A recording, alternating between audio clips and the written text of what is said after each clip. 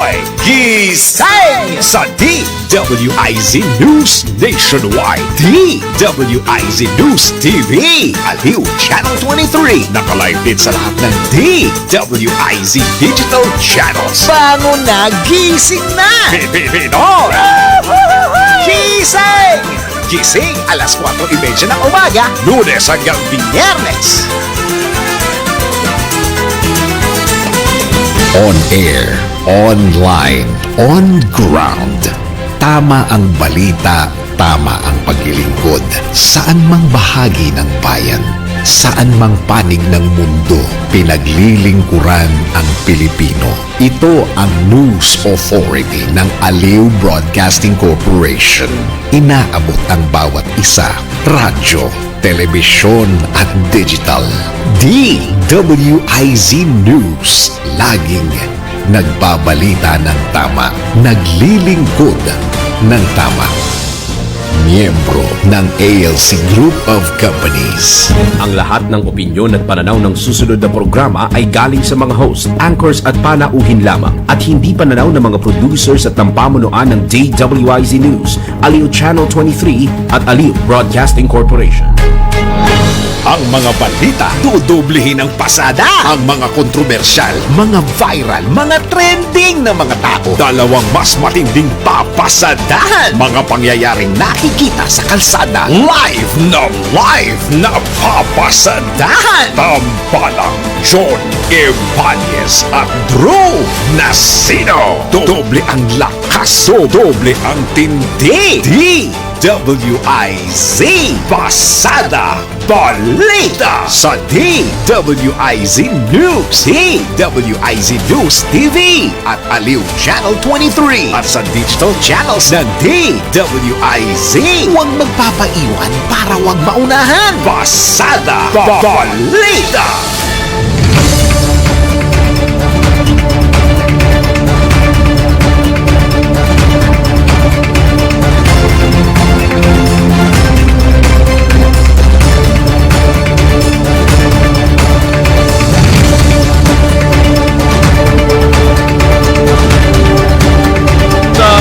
May init na balita.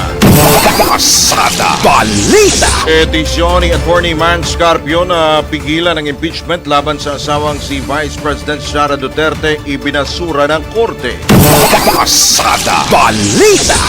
Higit 200 miyembro ng Kamara suportado ang impeachment trial ayon kay Congressman Ridon. VP Sara hindi nagpatinag. Pasada Balita. Mga nakalap namang dokumento ng Senate Blue Ribbon Committee hinggil sa anomalyang flood control projects isusumite na sa DOJ at Ombudsman. Pasada Balita. Mga heads of state at leader ng mga bansa sa Timog Silangang Asya nagsimula ng magdatingan para sa ASEAN Summit sa Cebu. Pasada Balita. Congressman Leviste inreklamo na ni Energy Secretary Garin sa DOJ. Pasada Balita. Balita naman sa balitang pangkalakalan, paglago ng GDP ng bansa sa unang quarter ng taon bumagal ayon sa PSA. Pasada Balita. Kita mula sa Ibayang Dagat, Bali, Indonesia, binabahana ng basura matapos ang pagsasara ng kanilang main landfill. Pasada Balita. Sports, kampanya ng Gilas Pilipinas sa FIBA 3x3 Women's Series nagtapos na. Pasada Balita. Balitang pangkalusugan, first aid sa heat stroke, ating alamin. Pasada Balita. At sa showbiz, Matet de Leon nilinaw ang dahilan ng kanyang viral na walang mana boost. Tambalang John Evanez at Drew Nasino. Pasada Balita. Isa pong mainit na umaga, Luzon, Visayas, Mindanao, Mega Manila, sa buong bansa, sa buong mundo. Ngayon pong araw po na ito ng TGIF. Thank God it's Friday. Ngayon po ay Mayo 8, noong 2026. Kayo pa rin po ay nakatutok dito po sa Himpilang May Tono Lakas, DWIZ 882, Aliw Channel 23 at sa social media via DWIZ 882 sa Facebook at sa YouTube. Sa ngalan po ni Johnny Ibanez. Inyo po makakasama hanggang alas 8 po tayo, Drew Nasino. Pasada Balita. Sa oras nga po na 7 sandali makalipas ang ika-6 na ng morning, bago tayo magtungo sa detalye po ng mga maiinit na balita, alamin po muna natin ang update kaugnay po doon sa bagyo na nasa labas po ng Philippine Area of Responsibility. Ito pong si Bagyong Hagupit na papangalan ng Kaloy sa oras nga po na pumasok ng PAR ngayon pong linggong ito. Nasa kabilang linya po natin ang pag-asa sa katawan po ni Miss Charmaine Varilla. Magandang morning po, Miss Charmaine. Yes, magandang morning din po sa inyo, maging sa lahat ng ating mga tagapakinig. Narito ang ulat sa lagay ng panahon. Sa kasalukuyan, buong bansa nga ang makakaranas ng epekto ng easterlies na siya magdudulot ng maulap na kalangitan at kalat-kalat ng mga pagulan, pagkilat at pagkulog sa may Caraga, Northern Mindanao, Zamboanga Peninsula, Barm, Davao Oriental, Davao Occidental, Sarangani, Sultan Kudarat, Siquijor at Palawan.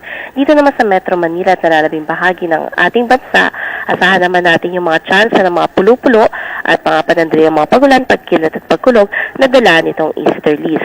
Yung bagyo nga sa labas ng ating Philippine Area of Responsibility na may international name na Tropical Storm Hagupit ay huling namataan sa layong 1,615 kilometers silangan ng northeastern Mindanao.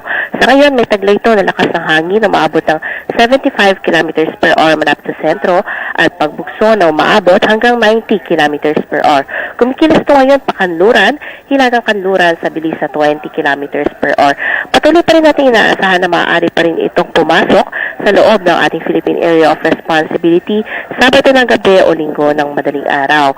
At sa ngayon, inaasahan natin na pagpasok nito, papangalanan itong Kaloy at maaaring pa rin patuloy na humina ito pagpasok ng PAR gawa nga ng hindi magandang kondisyon ng hangin dito sa may bahagi ng ating karagatan. At sa ngayon, although nakikita natin na posibleng gumilid to dito sa may silangang bahagi ng ating bansa, ay hindi pa rin natin nire-roll out yung posibilidad na maaaring mas lumapit ito sa may bahagi ng ating kalupaan. Kaya patuloy pa rin tayong mantabay sa pag-asa hinggil sa latest updates nitong binabandayan nating bagyo. At yan ang latest mula dito sa pag-asa. Yes po. Ito bang bagyo na ito, ano ang mga lugar na tinutumbok? Ano bang mga bahagi ng bansa?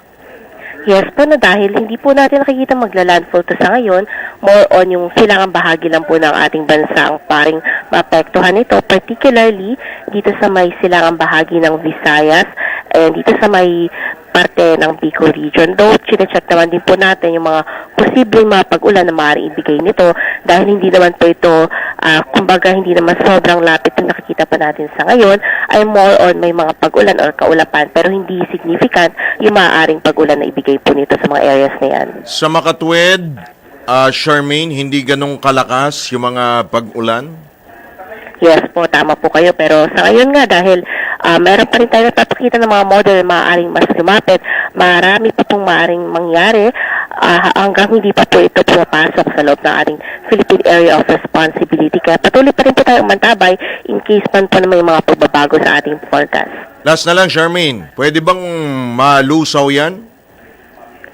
Sa kanya po ay posible yung paghina pero yung paglusaw niya maaaring beyond na po before siya beyond that pagkatapos na pumasok dito or kapag magtagal po siya dito sa loob ng ating Philippine Area of Responsibility. Pero up until Tuesday or Wednesday, midweek, next week, ay nakikita pa rin po natin na nandito pa rin siya at buhay pa rin sa loob ng ating PAR. Alright, maraming salamat, Charmaine Varilla mula dyan sa Pag-asa. Magandang umaga sa inyo dyan. Okay po, maraming salamat. Alright, si Charmaine Varilla muli po mula sa Pag-asa. Pasada Balita. At sa detalye nga po ng mga mainit na balita, ibinasura ng Quezon City Regional Trial Court ang petisyon ni Attorney Manas Scarpio na ipatigil ang impeachment proceedings laban sa kanyang asawang si Vice President Sara Duterte. Batay sa ruling ng QCRTC Branch 81, walang kapangyarihan ang hudikatura na pigilan ang Kamara sa constitutional duty hinggil sa impeachment process laban sa Vice-Presidente. Bukod dito, hindi rin pinagbigyan ng korte ang hirit ni Carpio na maglabas ng writ of preliminary injunction laban kina House Speaker Faustino Boji D. III, House Justice Committee Chairperson Jervel Luistro at BIR Commissioner Charlito Mendoza.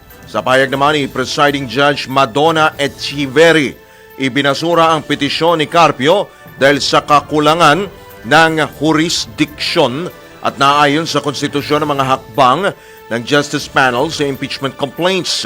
Dapat din umano na sa Korte Suprema dumulog bilang co-equal branch ng gobyerno.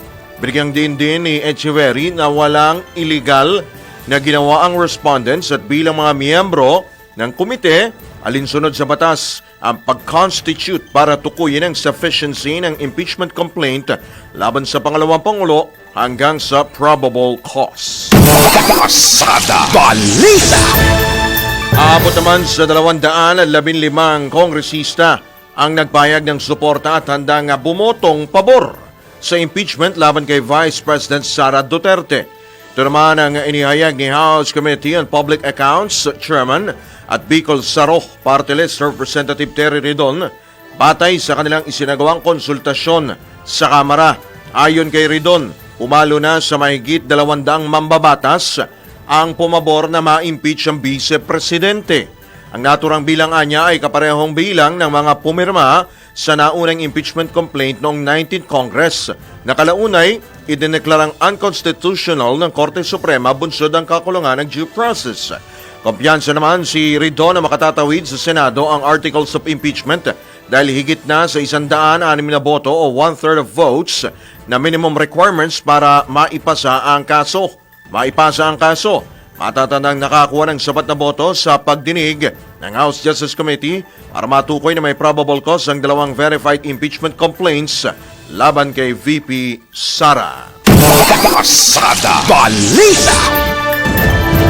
Kinumpirma naman ni House Committee on Justice Chairperson Jervy Luistro na posibleng italaga na ang mga miyembro ng House Prosecution Team kung tuluyang makalusot sa plenaryo ng Kamara ang Articles of Impeachment laban kay Vice President Sara Duterte.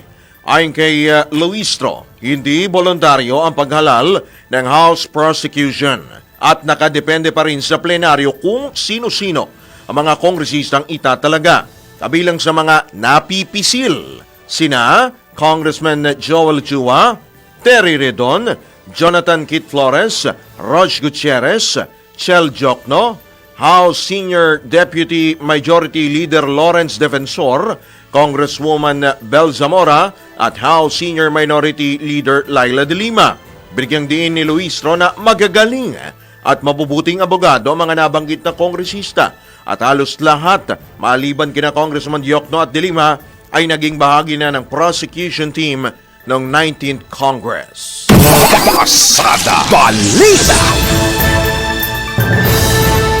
Naniniwala naman ang political strategist na si Lito Banayo na lulusot sa plenaryo ng Kamara ang Articles of Impeachment laban kay Vice President Sara Duterte.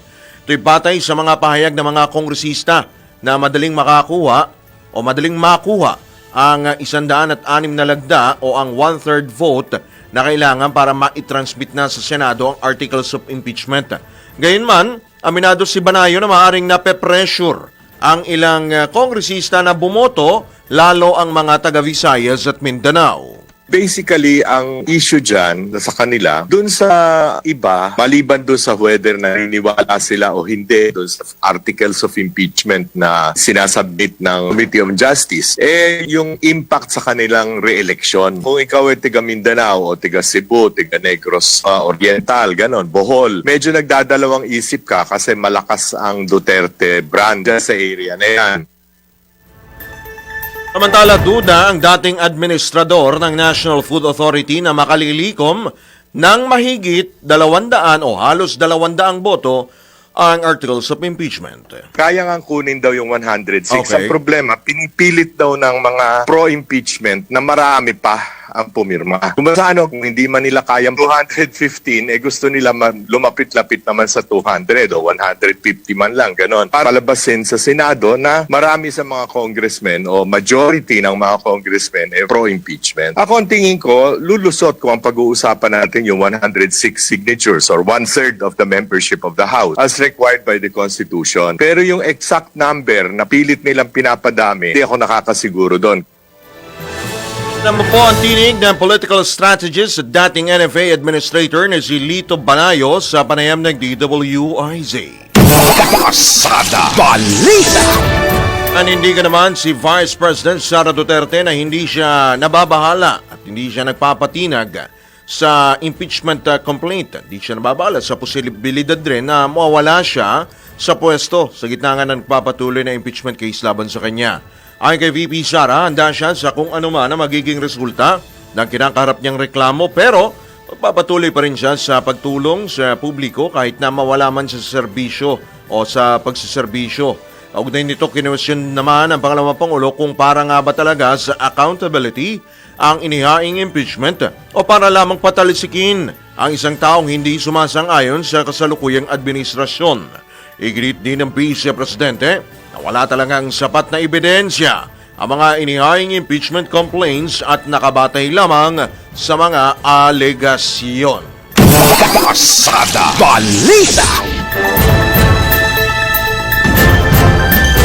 Pinag-iisipan pa ni Senador Kiko Pangilinan ng alok na maging impeachment manager para sa posibleng pagsasagawa nga ng impeachment trial kay Vice President Sara Duterte sa Senado. Ayon kay Senador Pangilinan, suwestyon pa lamang ito sa ngayon at hindi pa natatalakay ng ibang mga senador. Ipinaliwanag din ni Pangilinan ang magiging papel kung sakali na maging impeachment manager ay magpanatili ng kaayusan sa impeachment trial. Yan ang magiging papel. Nakahalintulad niya ng papel ng isang administrador ng korte. Gayunman, ipinunto ni Senador Pangilinan na wala pang rules sa pagkakaroon ng impeachment manager. Pag-aaralan pa rin niya kung kailangan pang amyendahan ang rules para maipatupad ito. Pasada Balita. Rin namang itinanggi ni Vice President Sara Duterte ang kumakalat na balitang binato niya ng laptop ang spokesperson ng kanyang defense team na si Attorney Michael Poa. Tinawag din ng Vice Presidente na basurang chismis ang kumakalat na balita. Bahagian niya ito ng smear campaign na isinasagawa ng kanyang mga kalaban sa politika. Nanindigan din ng pangalawang Pangulo na kailanman ay hindi siya nambato ng laptop sa sino mang katrabaho, empleyado o abogado at hindi siya marunong gumamit nito. Pasada Balita. Iba pang paksa ng mga balita, isusumite na ng Senate Blue Ribbon Committee sa Department of Justice at Office of the Ombudsman ang mga nakalap na ebidensya sa serye ng investigasyon sa flood control scandal. Ayon kay Senate President Pro Tempore at Blue Ribbon Committee Chairman Panfilo Ping Lacson, inihahanda na niya ang transmittal letter hinggil dito. Kasamaan niya sa kanilang itatransmit sa Ombudsman at DOJ ang mga dokumento, testimonya at transcripts. Binigyang din pa ni Senator Lacson ang naturang ebidensya ay bahagi na ng public record kung saan kabilang dito ang isang sulat kamay ni yumaong DPWH Undersecretary Maria Catalina Cabral na nagpapakitang humiling si Senador Rodante Marcoleta ng kalahating bilyong piso na allocables para sa mga proyektong pang-infrastruktura. Pasada Balita. Eretsa namang sinagot ni Senador Rodante Marcoleta mga aligasyong ibinabato sa kanya ni Senate President Pro Tempore Panfilo Ping Lacson hinggil sa paghingi umano niya ng kalahating bilyong pisong halaga ng infrastructure project o yung tinatawag na allocables. Ayon kay Senador Marcoleta, walang anumang ipinakitang ebidensya si Lacson sa kanyang mga nabanggit na paratang. Pinuna rin ng mambabatas ang ginamit na slide sa presentation ni Lacson at tinawag na putol at walang sapat na konteksto. Iginit din ni Marcoleta na bahagi ng proseso ng legislatura ang pag-endorso ng mga proyekto at hindi otomatikong patunay ng katiwalian.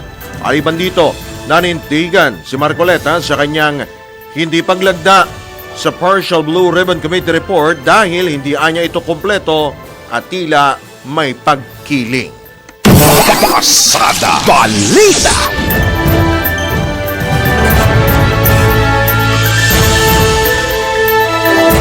Matalatanggap tayo ng ilang mga pag-uulat mula sa labas sa impilan. Ilan pang opisyal ng gobyerno na posibleng naging target din ng pamba-blackmail ng grupo ni PGMN founder Franco Mabanta lumapit na rin sa NBI. Ang detalye buhat kay Patrol 5, Aya Yupanco. Nagparamdam na rin sa National Bureau of Investigation NBI ang ilan pang opisyal ng pamahalaan ng gobyerno na posibleng naging target din ng pambablackmail ng grupo ni Franco Mabanta. Ito ang sinabi ni NBI Director Attorney Melvin Matibag kasunod ng pagkakaaresto nila sa founder ng Peanut Gallery Media Network na si Franco Mabanta at 4 na iba pa. Sinabi ni Matibag na mag-a-apply na sila ng cyber warrant para mabuksan ang gadget ni Mabanta. Makakatulungan niya ito para malaman kung may iba pang tinakot o kinikilan ng grupo at kung may iba pang sangkot sa umano'y extortion sa dating House Speaker. Ito si Patrol number 5. Ayayupan ko para sa Palimatalo ng Lakas, DWIC. Nababalita ng tama, naglilingkod ng tama. Kapag may bagong balita, Naka-on air, agad-agad, DWIZ Patrol Report. Tala nagdatingan na ang matataas na opisyal mula sa mga bansang miyembro ng Association of Southeast Asian Nations para sa 2026 ASEAN Summit sa Cebu. Ayon kay Pangulong Ferdinand Marcos Jr. bilang chairman ng Regional Bloc, pangunahing tatalakayin ang krisis sa enerhiya, food security at ang kaligtasan ng mga ASEAN nationals sa gitna ng tumitinding presyo ng langis na dulot ng nagpapatuloy na sigalot sa Middle East. Sa kanyang talumpati bagong special summit ng Brunei, Darussalam, Indonesia, Malaysia, Philippines, East ASEAN Growth Area, nanawagan si Pangulong Marcos sa mga kapwa leader na gawin ang lahat para maisakatuparan ang mga plano sa rehiyon at makamit ang tunay na layunin ng Sub-Regional Economic Cooperation. Pasada Balita. Matala tanggap pa tayo ng isa pang report. Aliparan sa Eastern Samar, ligtas ng gamitin ng publiko matapos ang malakas na lindol kamakailan.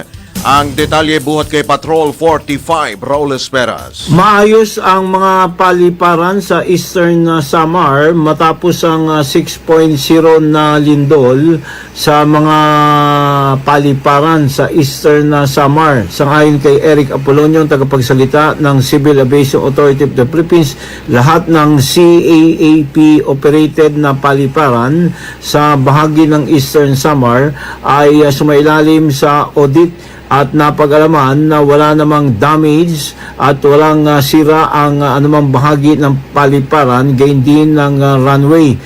Dinagdag ni Apolonio na walang dapat ikabahala ang manlalakbay at maging ang mga airline ay naging normal na ang operasyon matapos ang sinagawang inspeksyon at matyak na walang damage ang mga paliparan sa Eastern Samar.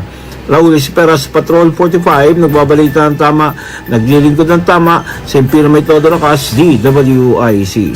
kapag may bagong balita, Naka-on air, agad-agad, DWIZ Patrol Report. Unang magsupa lamang po yan ang mga balita, mga pag-uulat mula po sa labas ng impilan. Magbabalik po kami ni Don Sultan, Doc Quener. Makalipas lamang po ay mga paalala oras natin. 26 na sandali makalipas po ang ika-6 na ng morning. That time check was brought to you by Bingo Plus. Bingo sa saya, plus sa panalo. Gaming is for 21 years old and above only. Game responsibly, keep it fun. Pasada Balita.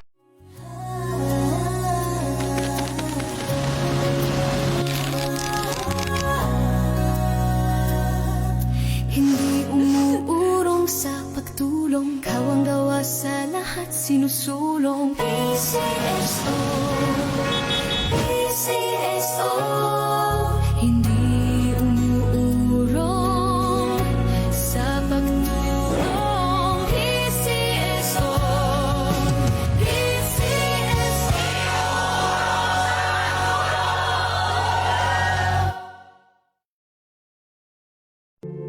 Nasa dugo na ng Pilipino ang tumulong sa kapwa Pilipino. Hatid ng DWIZ ang programang hangad ay maging tulay ng tamang pagtulong. Tulay Pilipino, ang puso ng pagtulong ng DWIZ. Kasama ang taong nasa dugo na ang pagtulong sa kapwa Pilipino. Si Ms. Tony Rose Gaida, kasama ang mga taong may puso sa pagtulong. Mga non-government organizations, mga samahang matagal nang tumutulong sa mga kababayan natin, mga government agencies at marami pang iba. Tulay Pilipino, ang puso ng pagtulong ng DWIZ at ang bagong reyna ng public service, si Ms. Tony Rose Gaida. Lunes hanggang Biyernes, 1:00 ng hapon sa DWIZ News Nationwide. Tulay Pilipino, dahil walang tutulong sa Pilipino kundi ang kapwa Pilipino. Walang yumayaman sa pagiging empleyado lang. Dapat lahat tayo nagninegosyo. Timing! Narito ang isang programang magbibigay ng tamang gabay sa pagnenegosyo. Pakinggan at panoorin ang mga ekspertong magiging guest dito. Isang show para sa negosyo. DWIZ Negosyo! Kasama sina Lito Gagni at Jerry Orbina. Pakinggan ng live sa DWIZ. Panoorin ng live sa Aliw 23. At i-follow sa lahat ng digital channels ng DWIZ, Facebook, YouTube, at DWIZ News App. Huwag munang magplano, huwag munang sasabak, huwag munang papasok sa negosyo nang hindi napapanood ang show na Negosyo. Nakaaway mo ba ang boss mo dahil sa isang bagay na work-related? May issue ka ba sa kumpanya na work-related at di mo alam paano i-handle? Kung problema mo ay work-related, kinig, nood at follow na sa DWIZ Work-Related. Kasama ang motivational speaker ng Pilipinas, si Lloyd Luna, at ang kanyang mga expert na mga bisita sa DWIZ, Sabado, 3 p.m.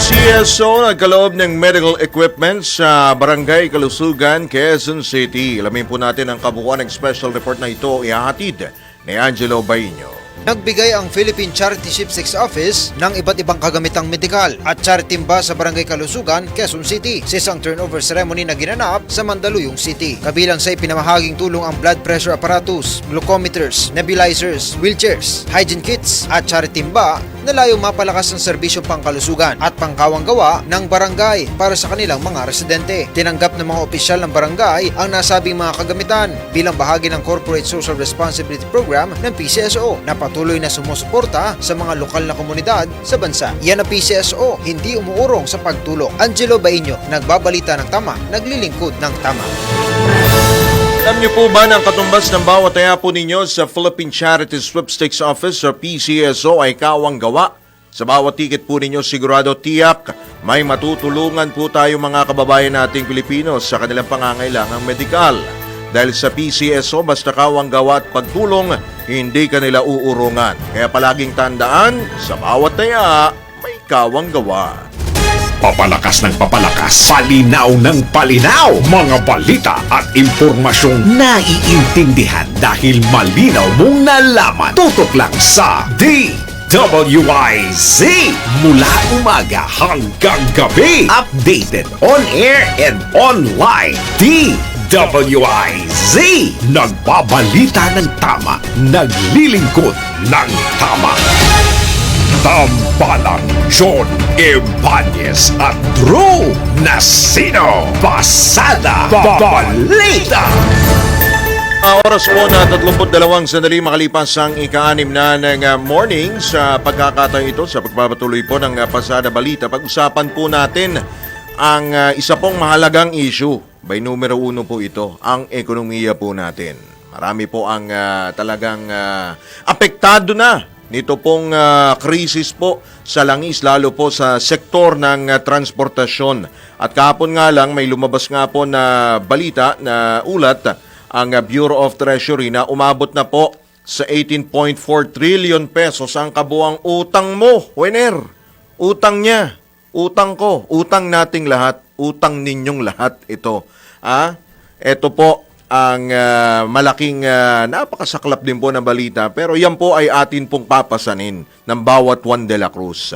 Para magbigay po ng kanya pong kuro-kuro opinion, siyempre, hinggil na nga rin po sa pagbagal po ng paglago ng ekonomiya. Nasa kabilang linya po ng ating komunikasyon, ang ating pong resident economist, walang iba. Isa rin po sa mga karambulisa, si Professor Astro Del Castillo. Prof. Astro, magandang morning po. Welcome po muli sa DWIZ Channel 23. Drew, magandang umaga rin po sa ating mga kababayan. Good pa ba yung morning? Drew, good pa rin yung morning. Okay. So, napansin natin na nung bumili tayo ng pandesal sa may tindahan ay parang lumiit na. Actually, lumiit na, Drew. No? Ganun na lang, kapiranggot na lang. Kapiranggot na lang ang isang pandesal. No? So, medyo talagang good pa rin. Dapat pa rin laging good vibes, pero ang realidad nga ay katulad ng sinabi mo, lumabas na umina ang ating first quarter economic growth. Oo, dahil nga dito sa first quarter economic growth na mahina, ano yung of course, nakikita mo na mga dahilan nito, syempre yung oil crisis, di ba? Ano pa yung mga ibang factors doon, Prof? Well, yung oil crisis, tinamaan tayo halos sa second half na ng quarter, no, around end February. So yung impact niya naramdaman after a few weeks pa, no. However, nakita talaga natin na malaki pa rin impact, no, nung corruption controversy, no. Naka-dampen pa rin ng public investment and also private investments. Nakita natin na mahina pa rin ang spending ng government, no, nung nakaraang quarter, sa kadahilanan na medyo na-delay rin yung pagpasa nung budget, no. At of course, yung nabanggit mo Middle East conflict, talagang tinamaan tayo. Yung agriculture, yun ang medyo nakakalungkot, no, na nag-weaken pa rin. And talagang indicative na mas nakakalungkot pa moving forward, no. It seems like, no. Investment, sumina rin, no? Ang medyo kapansin-pansin, talagang humina rin ang household spending, no? Na talagang nakakatulong sana sa ating ekonomiya. So yun yung mga nakita nating mga humina Drew, no? Oo. So talagang what's in store for next quarter? Well, we expect a slower growth, no? Especially considering that nakita mo yung inflation. Nung last month lang, no? 3-year high. Yes, hindi kasama yun sa first quarter kasi April na yon. Yun yung first month ng second quarter. 7.2% na, no? Inaasahan pa natin na posibleng medyo tumaas pa rin ng kaunti by the following month, no? So talaga may pressure sa ating ekonomiya. So yung pandesal na kakainin natin, baka mas lumiit pa. Parang bubblegum na lang yan. Wag naman sana, Drew. Grabe naman. Oo, pero sa tingin mo, Prof, ito ba ay magpapatuloy until the last quarter of the year or somewhere else, somewhere in between? Yes, tingin natin yung 2 to 4% projection pa rin ng government ay andyan pa rin naman. Maraming bumabalik sa drawing board, no? So tingin natin it will be lower, no? It will be a slower second quarter, no? Especially, sabihin na lang natin, nagkabati si Iran at si US ngayon. Sana it will naman. take time. Oo, but it will take For time just before you for reverse Santo. the trend, no? Oo. And Drew, ang problema na to, meron pa tayong isang crisis na posibleng harapin, no? Yung crisis ng El Nino. Ay, oo nga pala. Dapat paghandaan ng gobyerno. Hindi pwedeng umakto lang during the first day. That's next month already, but we're feeling the heat already this month, no? So sana wag yung reactionary. Sana mas maayos, no? Kaya nga without politics aside, no, ekonomista ang sombrero ko, wag naman magalit yung mga tagapakinig natin na pag sinasabi natin, priority dapat ng gobyerno ng lahat, lalo na krisis, ay ekonomiya, wag politika, no? Nakakalungkot if you compare what the other lawmakers and government has done, no?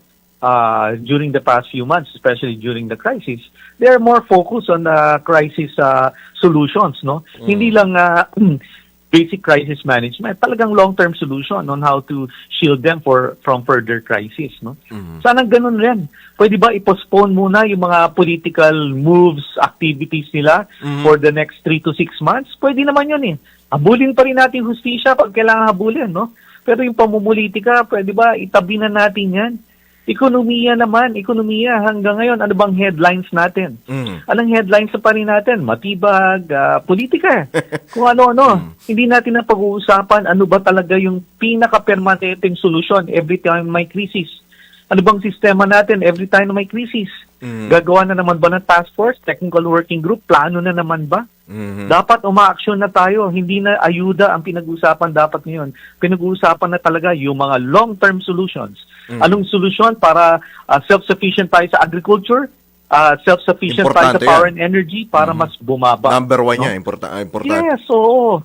Lalo na tayo, Drew, no? Kailangan i-advocate natin na bumalik yung dating laki ng pandesal, no? Sa tamang halaga. At syempre, yung tamang halaga, yung tamang presyo, Prof. Di ba? Yes, Pero dito kasi of course, number 1 nating problem, alam naman natin yan, Prof, itong energy, we're not an oil-producing nation, hindi naman tayo energy, kumbaga,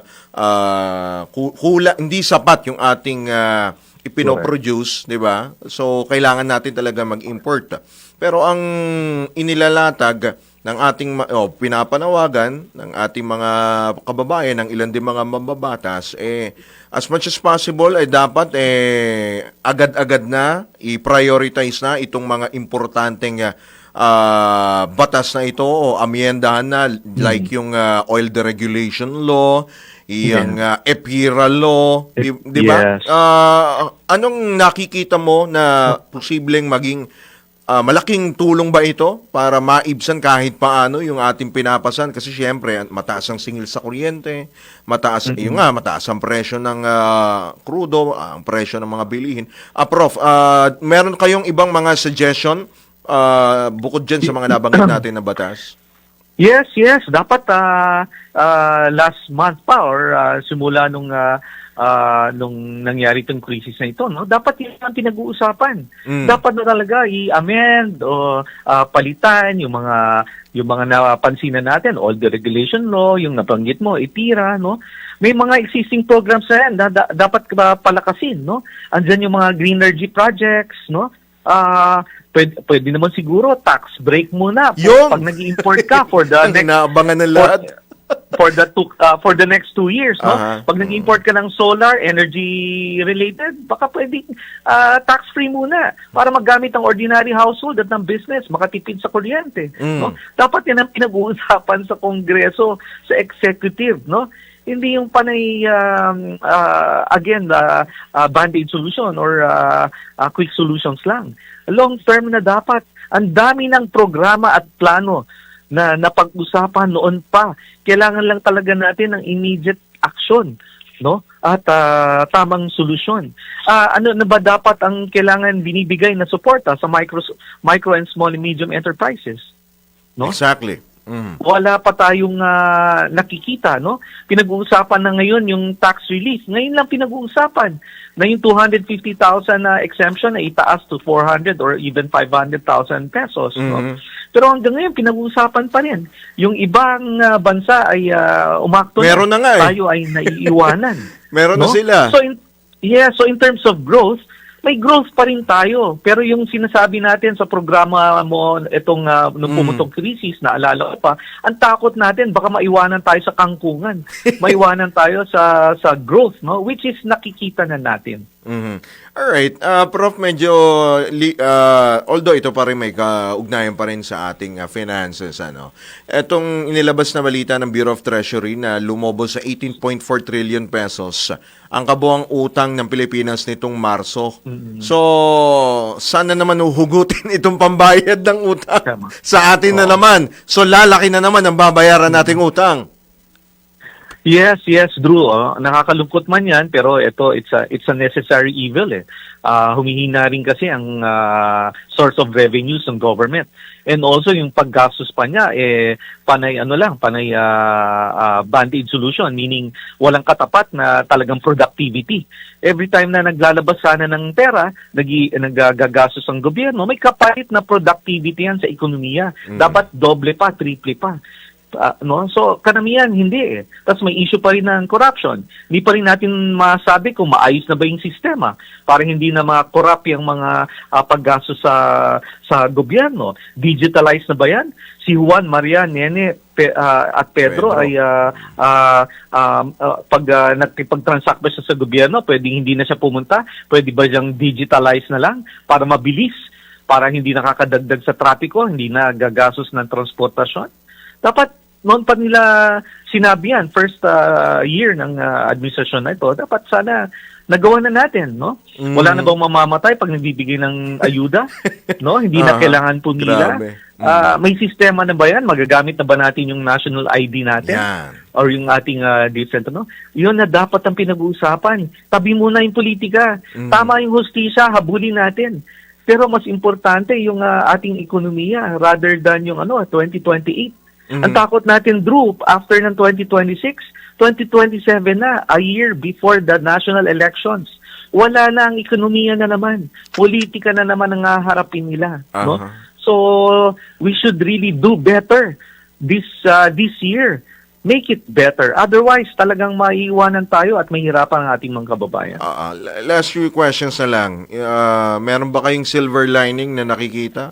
Is there any hope, of course? Umaasa pa rin naman tayo na kahit bumagal ang ating ekonomiya, uusad pa rin tayo sa medyo maayos na paraan. Pero tingin natin, mas kayang-kaya pa natin doblehan or triplehan, no? With all the efforts really focus on the economy. As I've said, madami ng plano. Napag-usapan na yan. Ang nakakalungkot, naririnig na naman natin, paplanuhin pa namin kung i-adjust yung economic growth, ano pang policy actions ang pwedeng idagdag. Tapos na dapat tayo doon eh. Dapat ang pinag-uusapan na natin talaga ay yung resilience architecture. Ano ba yung tamang reforma na makakasustain, makapagpalakas sa agrikultura, sa power and energy, para mas mabilis ang pag-unlad ng ating bansa at hindi talaga maapektuhan ang ating ang bulsa ng lahat, no, ng karamihan. Siyempre. Oo, kasi talagang mabigat sa atin eh. Kawawa ang 30% of our economy, no? Na yan talaga ang low income group and yung low middle class, lower middle class na walang savings. Na pag nagkasakit at tumaas ang presyo ng edukasyon ay talagang tatamaan sila. Hindi biro to. Kaya ang apila natin, ekonomiya. Tama na muna ang politika. Tama na, hindi muna natin kailangan yan. Isang tabi muna, no? Yan ang nakita natin. Silver lining, sana lumakas yung Luzon Economic Corridor. Mabilisan yan. Yan ang commitment ng Amerika. Sana lumakas pa rin ang OFW remittances despite weakening global economy, no? kailangan paghandaan lang talaga natin rin ang krisis na harapin sa El Nino. Sana hindi na lumaki pa itong virus na naririnig natin sa isang cruise ship, no? Hindi mag-spread, lalo na may mga Pilipino na involved doon, no? Yun ang nakikita naman natin. It's definitely a slowdown for 2026. Slow down. Kaya kailangan talaga paghandaan nating mga kababayan at mag-double time ang ating gobyerno. Sana ibalik na nila yung regular working hours nila. Dahil mas kailangan natin sila, Drew, eh. Sila yung naka 4-day work week, eh. Pumirma sila. Oo. At magplano na maayos. No? Mas madaming paraan para mas paging epektibo ang gobyerno habang nagtitipid naman ng ating resources sa isang krisis. Alright, hopefully ay magkaroon na nga ng of course, kasagutan sa ating mga katanungan at matugunan na yan agad-agad. Maraming salamat po, Prof. Astro del Castillo, sa inyo pong oras. Magandang umaga po. Good luck po sa ating lahat. Drew, maraming salamat rin. Pasensya na. Medyo Salamat po. articulate tayo ngayon. Tingin ko naapektuhan tayo sa maliit na pandesal eh. No? Medyo gutom pa rin tayo. Kailangan Kasya pa bang ang palaman dyan? O hindi na? Tama ka, may papalaman pa pala dapat. May papalaman pa yan. Salamat, Prof. Maraming salamat, Drew. Maraming Good morning. salamat sa ating mga kababayan. Mabuhay kayo. Salamat po. Si Professor Astro del Castillo, isa pong ekonomista at isa rin po sa mga karambolista rito po sa ating himpilan. Pasada Balita. Ano kaya kalit yung pandesal niya? Ha? Ganon, no? Kita mo ba yan? Matindi naman yung pandesal ni Astro. Ano ba yan ba? Ano? Yung iba kasi, yung di ba dati ganito? Kamao, ganito kalaki. Ngayon parang ilang daliri na lang eh. Grabe yung pandesal yan. Tapos ang papalaman mo pa yung liver spread, di ba?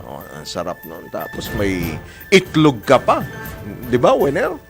Yung Hindi. Yung lumiit na itlog mo. Lumiit na rin. Grabe naman. O siya, sige. Habang tayo po ay nag-aalmusal, tayo po muna ay magbigay daan sa ilang pong mga paalala ihahatid po ni Doc Quiner. Oras natin.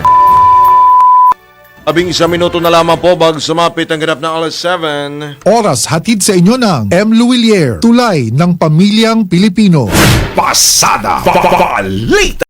Sa tradisyon ng paglilingkod ng tamang balita hanggang sa sports. Hatid ng mga OG sa sports. Benji Paras at Ronnie Magsanok. Benji Paras, Ronnie Magsanok, walang bolahan. Sa DWIZ News Nationwide. Saturdays, 4 p.m. Malalaman ang tama sa Walang Bolahan. Walang bolahan. Walang Bolahan. Walang bolahan. Sa DWIZ News Nationwide. Walang bolahan. Walang yumayaman sa pagiging empleyado lang. Dapat lahat tayo nagninegosyo. Timing! Narito ang isang programang magbibigay ng tamang gabay sa pagninegosyo. Pakinggan at panoorin ang mga ekspertong magiging guest dito. Isang show para sa negosyo. DWIZ Negosyo. Kasama sina Lito Gagni at Jerry Orbina. Pakinggan ng live sa DWIZ. Panoorin ng live sa Aliw 23 at i-follow sa lahat ng digital channels ng DWIZ, Facebook, YouTube at DWIZ News App. Huwag munang magplano, huwag munang sasabak, huwag munang papasok sa negosyo nang hindi napapanood ang show na Negosyo. Nakaaway mo ba ang boss mo dahil sa isang bagay na work-related? May issue ka ba sa kumpanya na work-related at di mo alam paano i-handle? Kung problema mo ay work-related, kinig, nood at follow na sa DWIZ Work-Related. Kasama ang motivational speaker ng Pilipinas, si Lloyd Luna at ang kanyang mga expert na mga bisita sa DWIZ, Sabado, 3 p.m.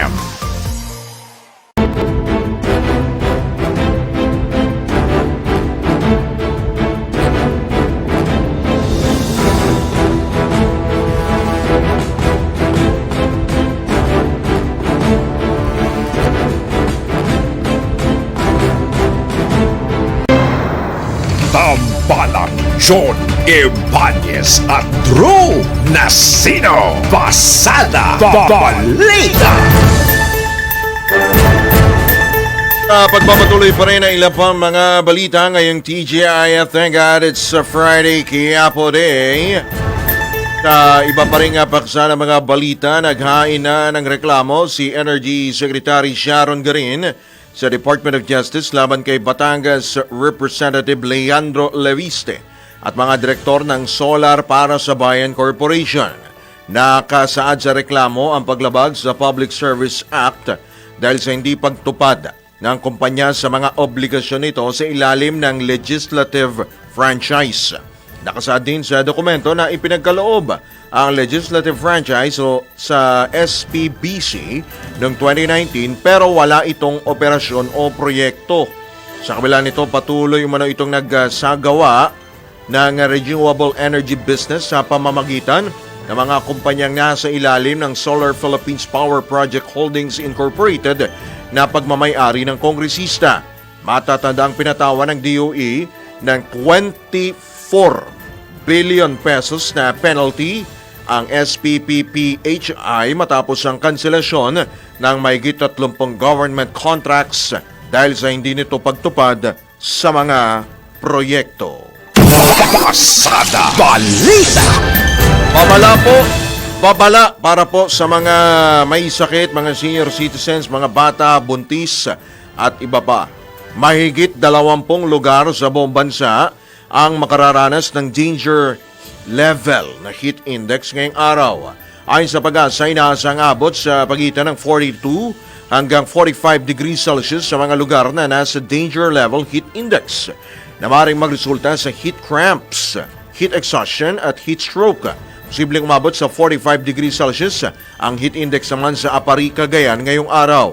Makararanas din ng napakainit na panahon ang ilang lugar sa bansa tulad ng Lawag City, Dagupan City, Tuguegarao City, Baler at Kasiguran Aurora, Ibas Zambales, Cavite City, Puerto Princesa, Cuyo at Coron Palawan, maging sa Rojas City at Iloilo City. Payo naman ang pag-asa, ugaliing uminom ng maraming tubig. Iwasang lumabas kung hindi naman kailangan, lalo na sa pagitan ng alas 10 hanggang alas 2 o alas 3 ng hapon. At gumamit ng pananggalang sa araw tulad ng payong at sombrero at manatili sa mga lilim o malilim na lugar. Pasada Balita. Tanggap pa tayo ng ilang pang mga pag-ulat mula sa labas ng impilan. Peanut Gallery Media Network o founder na si Franco Mabanta at 4 na iba pa inilipat na sa detention facility ng NBI sa Muntinlupa.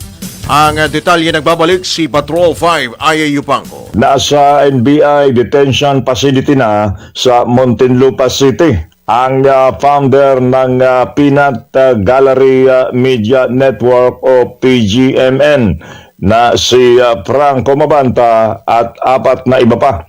Ayon kay NBI Director Melvin Matibag, alas 6 kagabi nang ilipat nila si Mabanta ng kulungan at manatili sila roon habang inaantay pa ang resolusyon ng Pasig City Regional Trial Court para sa pagpiansa nito.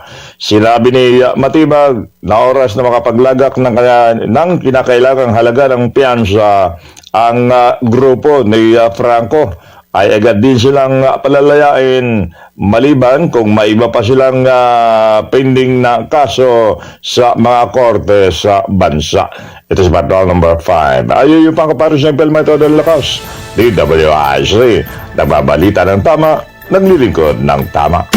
Pasada Balita. Pababalita, Maharlika Highway sa Albay, maayos ng nadaraanan.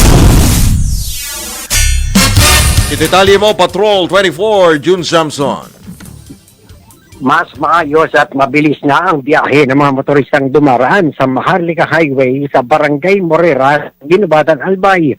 Matapos na kumpleto na ang additional lane sa lugar na ilang taon ding tiniis ng mga motorista at ng mga commuter dahil sa lubak-lubak at hindi maayos na kalagayan ng kalsada. Samantala, tiniyak naman ni Public Works Secretary Vince Dizon na kapag na-resolve na ang issue sa right-of-way, ay agad namang sisimulan ang konstruksyon ng karagdagan pang linya ng kalsada para magamit ng mga motorista at commuter upang makatipid sa oras ng biyahe at konsumo ng gasolina. Tinimpirma rin ni Dizon na nangako si Governor Noel Rosal na aayusin agad ng provincial government yung right-of-way kaya papaspasan na ng DPWH ang konstruksyon. Kaugnay niyan ay nakikipag-ugnayan niya kay Governor Rosal ang Regional Director ng DPWH para sa isasagawang konstruksyon dahil halos 4 na taon na niya yon na sira-sira. Patrol 24, June Samson, sa pila ng tulong which is DWIZ, nagbabalita na tama, naglilingkod ng tama. Pasada Balita. Tala-anim na Chinese fugitives arestado ng Bureau of Immigration. Pang-report mula kay Patrol 45, Raul Esperas. Arestado ng Bureau of Immigration Fugitive Search Unit ang mga Chinese nationals na wanted sa nasabing bansa matapos ang operation na sinagawa ng mga otoridad sa tulong na rin ng Philippine National Police Integrity Monitoring and Enforcement Group at Philippine Air Force. Ang mga na-arestong Chinese fugitive ay mga kasapakat ay naaresto sa isang raid sa Pasay City kung saan ang mga ito ay gumagamit ng mga peking dokumento at ilang mga electronic device sa kanilang pagbibiktima at panloloko hindi lamang sa ating bansa maging sa bahagi ng China. Ang 6 na individual ay sumailalim sa investigasyon at surveillance bago sinagawa ang raid at inaasahan na ipapadeport ang mga ito pabalik ng China. Raul Esperas, Patrol 45, nagbabalita ng tama, naglilingkod ng tama sa Impira May Todo Lakas, DWIC. Kapag may bagong balita, naka-on-air, agad-agad, DWIZ Patrol Report. Tambalang John Ibanez at Drew Nasino. Pasada Balita. On air, online, on ground. Tama ang balita, tama ang paglilingkod. Saan mang bahagi ng bayan, saan mang panig ng mundo, pinaglilingkuran ang Pilipino. Ito ang News Authority ng Aliw Broadcasting Corporation. Inaabot ang bawat isa, radyo, telebisyon at digital. DWIZ News, laging nagbabalita ng tama, naglilingkod ng tama. Miyembro ng ALC Group of Companies. Ang mga balita, dudublihin ang pasada. Ang mga kontrobersyal, mga viral, mga trending na mga tao. Dalawang mas matinding papasadahan. Mga pangyayaring nakikita sa kalsada. Live na papasadahan. Tambalang John Ibanez at Drew Nasino. Doble ang lakas, doble ang tindi. DWIZ Pasada Balita sa DWIZ News, DWIZ News TV at Aliw Channel 23 at sa digital channels ng DWIZ. Huwag magpapaiwan para huwag maunahan. Pasada Balita. Balikan na po natin ang ulo ng mga mainit na balita. Pasada Balita. Petisyon ni Attorney Man Scarpio na pigilan ang impeachment laban sa asawang si VP Sara Duterte. ibinasura ng korte. Pasada Balita. Ay higit 200 miyembro ng Kamara suportado ang impeachment trial ayon kay Congressman Redon. VP Sara hindi nagpatina. Pasada Balita. Nakalap na dokumento ng Blue Ribbon Committee hinggil sa manumaliang flood control projects isusumite na sa DOJ at Ombudsman. Pasada Balita. Na heads of state at leader ng mga bansa sa Timog Silangang Asya nagsimula na magdatingan para sa ASEAN Summit sa Cebu. Pasada Balita. Congressman Levise inireklamo na ni Energy Secretary Garin sa DOJ. Pasada Balita. Paglago ng ekonomiya ng bansa nitong unang quarter ng taon bumagal ayon sa PSA. Pasada Balita. Kita naman mula sa ibayong dagat, Bali, Indonesia, binaha ng basura matapos ang pagsasara ng kanilang landfill. Pasada Balita. Litang pampalakasan, kampanya ng Gilas Pilipinas sa FIBA 3-on-3 Women's Series nagtapos na. Pasada Balita. Balitang pangkalusugan, first aid sa heat stroke, atin pong alamin. Pasada Balita. Sa showbiz, Matet de Leon nilinaw ang dahilan ng kanyang viral post na walang mana. Tambalang John Ibanez at Drew Nasino. Pasada Balita.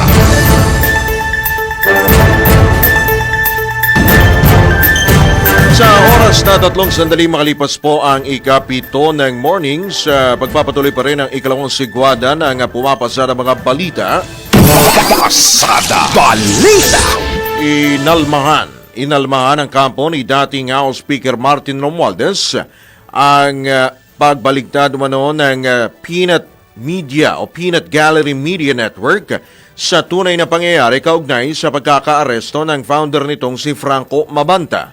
Kasunod rin ito ng pahayag ng PGMN na ang pagkakadampot kay Mabanta ay isang uri ng pag-atake sa press freedom dahil tinutukan sa kaso ng umano'y extortion o pangingikil at hindi ang issue ng pamamahayag.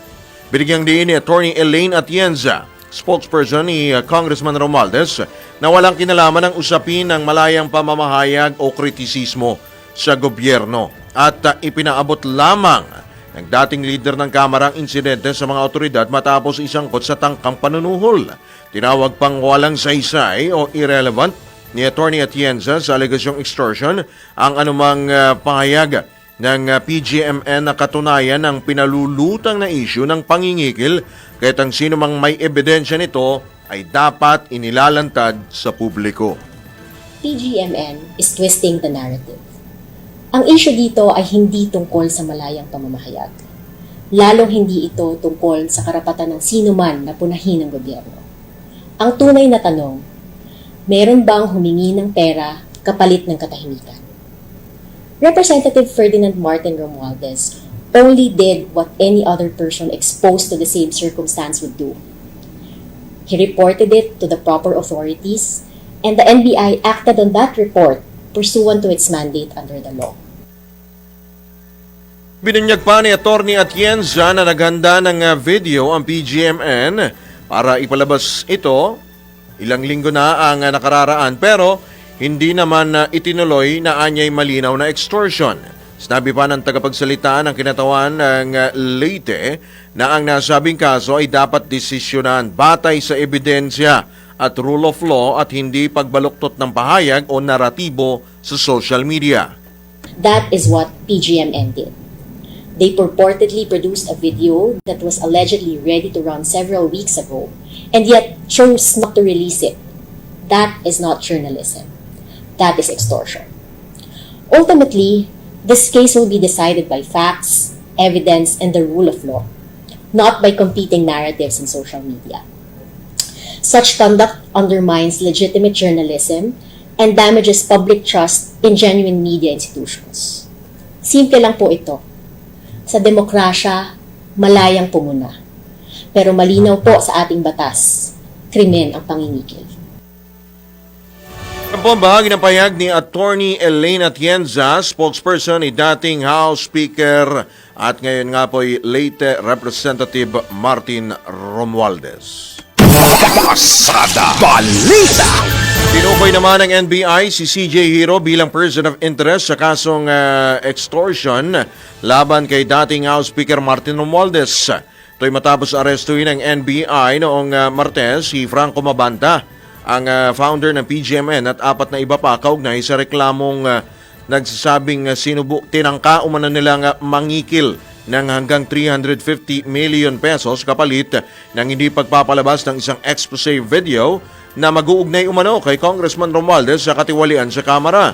Sa isang ambush interview, sinabi ni NBI Director Melvin Matibag na ipatatawag nila si Hiro dahil nakasaadaan niya ang kanyang pangalan sa complaint affidavit na inihain ni Noah Nocon, kinatawan at matagal ng aide ni Congressman Romualdez. Ayon kay Matibag, kabilang si Hiro sa mga tinitingnang personalidad sa kaso dahil nabanggit siya sa salaysay ng complainant. Sinabi rin ng hepe ng NBI na daraan si Hiro sa kaukulang proseso ng investigasyon at padadalhan ng summons ng NBI. Tambalang John Ibanez at Drew Nasino. Pasada Balita. Oras po na 7 sandali makalipas ang ikapito ng morning. Sa pagpapatuloy po rin po ng balita, usapang eleksyon po muna tayo at meron pong binabanggit dito si Vice President Sara Duterte. Kung inyo pong natatandaan, kamakailan binanggit po niya na kung saan siya po ay umaasa na matuloy ang eleksyon po sa 2028. Pero may tugon naman po dyan ang Commission on Elections. At tiniyak po ng COMELEC na tuloy po ang halalan sa 2028 sa gitna nga po ng mga usap-usapang posible itong magkaroon po ng kung maantala o kung ano man ang maging dahilan. Alamin po natin ang isasagot dyan ni COMELEC Chairman George Garcia. Nasa kabilang linya po ng ating komunikasyon si Chairman George. Magandang umaga po. Welcome po muli sa DWIZ Channel 23. Good morning po, sir. Magandang umaga po, Sir Drew. Sa mga kababayan natin, magandang morning po sa inyong lahat. Chairman, batid po namin na itong mga pinaghahandaan po ninyo, abalang-abala po kayo rito, ano? Sa mga susunod po na eleksyon, of course, merong BARM, meron BSKE kung matuloy man ano po at meron syempre tayong 2028. Ano po ba ang una po ninyo naging reaction dito po sa pahayag po ni Vice President Sara Duterte na umaasa po siyang magkakaroon ng presidential election sa 2028? May dahilan ba para hindi matuloy? Sir Drew, basta ako po, kami sa COMELEC, hindi po kami magkokomento sa ating butihing, sa statement po na ating butihing Vice Presidente. Pero ito po yung garansya natin sa buong sambayanan. Sure po na meron tayong eleksyon sa 2028 sa Mayo sapagkat ito po yung nakalagay mismo sa ating saligang batas. At all cost, si COMELEC ay kinakailangan mag-conduct ng halalan. Ang mga mamamayan ay dapat mag-expect na may halalan, pang Pangulo, pang Vice Presidente, Senador, hanggang sa kahuli-huli ang konsehal sapagkat siyempre po yan ay nasa saligang batas, matatapos ang termino ng lahat ng mga nakaupo na maliban doon sa mga senador na 12 sa June 13 ng 2028 po sapagkat may mga nahalal na by that time. Sa katotohanan nga po, Sir Drew, ang COMELEC po sa halip na 1 taon bago yung eleksyon ay naghahanda. Ngayon po ginawa naming 2 years ang paghahanda ng ating pong eleksyon. Ngayon nga po ay nagtadraft na kami ng mga tinatawag na terms of reference. Mga sa kahuli-ulihang part nitong taon na to, baka magpo-procurement na kami para sa ating mga makina, para sa mga gagamitin nating mga equipment at mga device sa darating na halalan ng 2028. Mahirap po kasi na medyo yung nalilate, lalong-lalo na may problema tayo sa enerhiya, may problema tayo sa budget. So minarapat po ni COMELEC na i-advance ang paghahanda natin kahit nakasabay po ito, Sir Drew, ng paghahanda natin sa barangay and SK elections at yung ating Bangsamoro parliamentary elections. Oo nga pala. So malinaw, 100% tayo na sure meron 2028 elections. Pero dito muna tayo, Chairman, sa binabanggit mo, itong Bangsamoro parliamentary elections at itong BSKE. Ang status po ng BARM elections, ano na po ang status? Natutuwa po tayo, nagpapasalamat tayo sa ating mga kababayan sa Bangsamoro, sa mga nag-file ng kandidatura nila noong nakaraang A5 hanggang A7 kahapon. At siyempre sa ating pong law enforcement agencies, PNP, AFP, Coast Guard, at iba pang ahensya ng pamalat ang aming mga masisipag na tauhan. Sir Drew, mapagmamalaki natin, nakakatuwa. Napaka-peaceful po yung nangyaring filing ng kandidatura. Wala kahit na isa na untoward incident dyan po sa Bangsamoro. Chairman, konting pihit lang, napuputol ka. Go. So, Sir Drew, natutuwa tayo sapagkat wala po kahit na anong untoward incident o pangyayari na nagkaroon ng kaguluhan man lang o kalituhan dyan sa pagpa-file ng candidacy sa Bangsamoro. Sadya pong naging napakatahimik. Maraming salamat sa mga political parties na pumunta, dumako, kasama ang kanilang mga kandidato sa iba't ibang opisina ng COMELEC upang maghain ng kanilang kandidatura. So, ito, 100% sure na sure.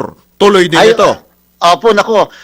Mukhang hindi na po ito kayang pigilan at si COMELEC mismo, kami po, commitment namin, mag-o-oppose na kami kapag ito ay napagpaliban pa. Sapagkat siyempre po ilang beses na ito na ipagpapaliban at sobra na pong umaasa ang mga kababayan natin dyan sa Bangsamoro.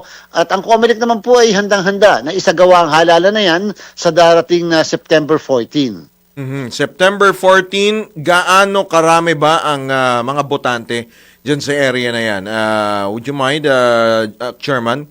Yes po, Sir Drew, 2.39 million po ang botante. So malaki-laki rin po. Meron po itong more or less 5,212 na mga presinto. Ito po yung automated election. Sabi po ng batas kung ano yung ginamit ni COMELEC na mga device, equipment, system ng 2025 national and local elections ay siya rin pong gagamitin dyan po sa Bangsamoro parliamentary election. Para po sa kaalaman ng mga kababayan natin, bakit po parliamentary election? Sapagkat parlamento po sila doon, hindi po kongreso ang tawag, hindi po sanggunian, kundi parlamento. At ang parlamento po ng Bangsamoro ay merong 80 na miyembro. Sa 80 yan, 40 ay galing sa mga partido politikal, 32 ay galing naman sa mga parliamentary district na ihahalal ng iba't ibang distrito dyan sa Bangsamoro at 8 naman po ay galing sa sectoral organizations. 2.3 million, malaki-laki nga. So, kamusta naman po ang inyo pong pakikipag-ugnayan, of course, DILG, PNP, and other government agencies na nakatutok po dito sa malaking kaganapan po na ito, Chairman? Noong isang linggo po, Sir Drew, tayo po'y nagsagawa ng kauna-unahang command conference natin at ating pong inibitahan yung pong mga nabanggit nyo na mga ahensya at mga law enforcement agencies. Talaga pong pinlansya namin at yung nagawa na kami ng roadmap kung paano natin masisigurado na magmula sa filing ng candidacy, tapos ay election period, campaign period, yung mga pag-establish ng checkpoint, yung mga gun ban at iba't iba pa na lagi nating pinapatupad kapag maghahalalan ay maisasagawa ng maayos. At so far, naging maayos. Yun nga po, napatunayan natin, itong sa 3 araw na filing ng candidacy ay naging maayos at wala naman pong untoward incident. So yan po yung isang magandang indikasyon, hindi lamang ng paghahanda o preparasyon, kung hindi yung full cooperation ng lahat ng grupo at sektor para po maging maayos ang eleksyon sa Bangsamoro. Opo, Chairman, hindi naman ho ba apektado po ng krisis ngayon sa enerhiya ang Bangsamoro elections at syempre binanggit mo nga gagamit tayo dito ng mga makina eh. Siyempre po, kahit paano, apektado po ito, Sir Drew, sapagkat yun na lang pong deployment, yung pag-transport ng mga kagamitan, siyempre po, kalimitan nagmahal ang presyo noong transportation cost dahil nga sa mahal na gasolina. Ang lahat po kasi ng kagamitan, lalo pat mga makina, ay hindi po ine-aeroplano, yan po yung kalimitan binabarko. Mga baterya, mga ballot boxes na malalaki. So yan po ay ine-expect natin na may dagdag. Kung kaya nga lamang na ang binigay pong budget naman kay COMELEC ay sa ating palagay sapat sapagkat ang Bangsamoro Parliament ay nagbigay din ng karagdagan na panggastos para sa COMELEC.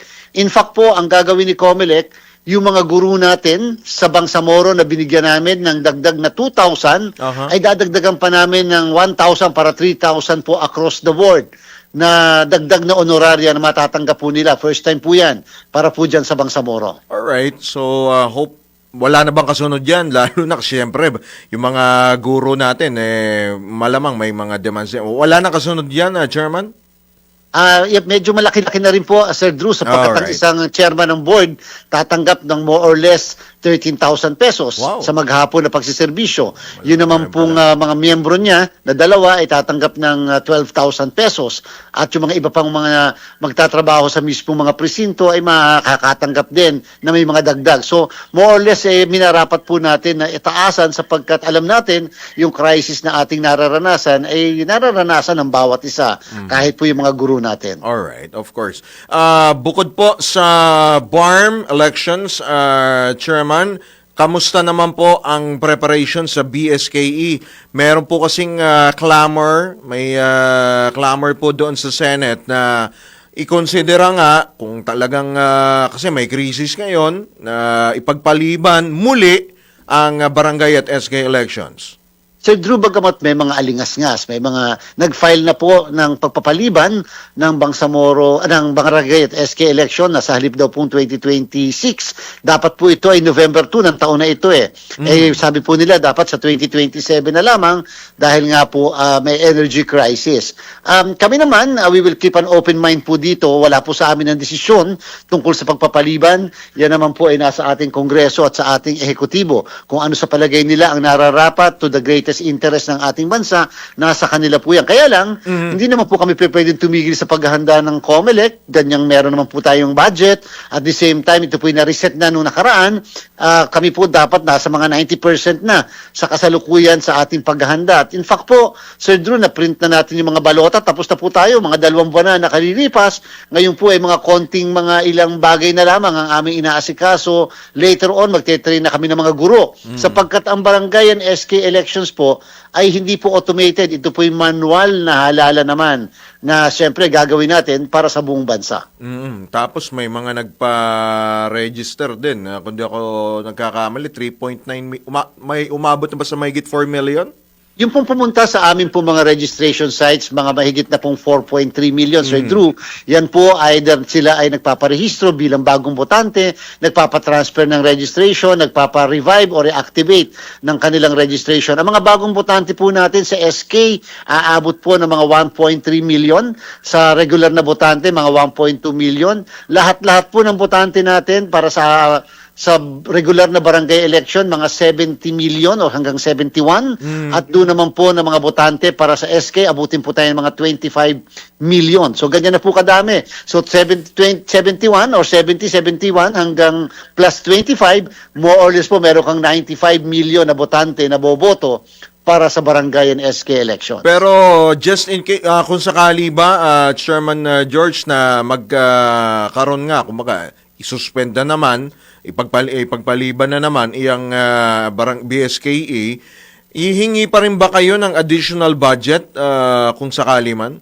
Ito po maliwanag, Sir Drew, ha? Basta po nag-postpone, nag-reset tayo ng isang eleksyon, lagi po may dagdag na gastos. Siyempre po, Sir Drew, kapag po nag-postpone tayo, magpaparehistro muli kami ng mga botante para doon sa mga, siyempre, yung mga magki-15 anyos na mga kabataan, o kaya naman yung mga hindi nakapagparehistro dati. Pag po nag-increase ang bilang ng botante, mag-i-increase po yung bilang ng mga teachers dahil mag-i-increase yung bilang ng presinto at dadami rin po yung mga eleksyon paraphernalia. Pag po nag-reset tayo sa kasalukuyan, ang estima natin, mga 3 bilyon po ang kakailanganin dagdag ni COMELEC para po sa reset na barangay and SK elections. Wow. So, yun pala yung mga consequences, no? Chairman, baka meron ho kayo mga karagdagang pang panawagan payo po sa ating po mga kababayan, yung mga nag-aabang, unahin mo na yung mga taga-BARM nga pala, dahil mag-election na sa kanila sa Setyembre. Baka meron ho kayo mga additional advice.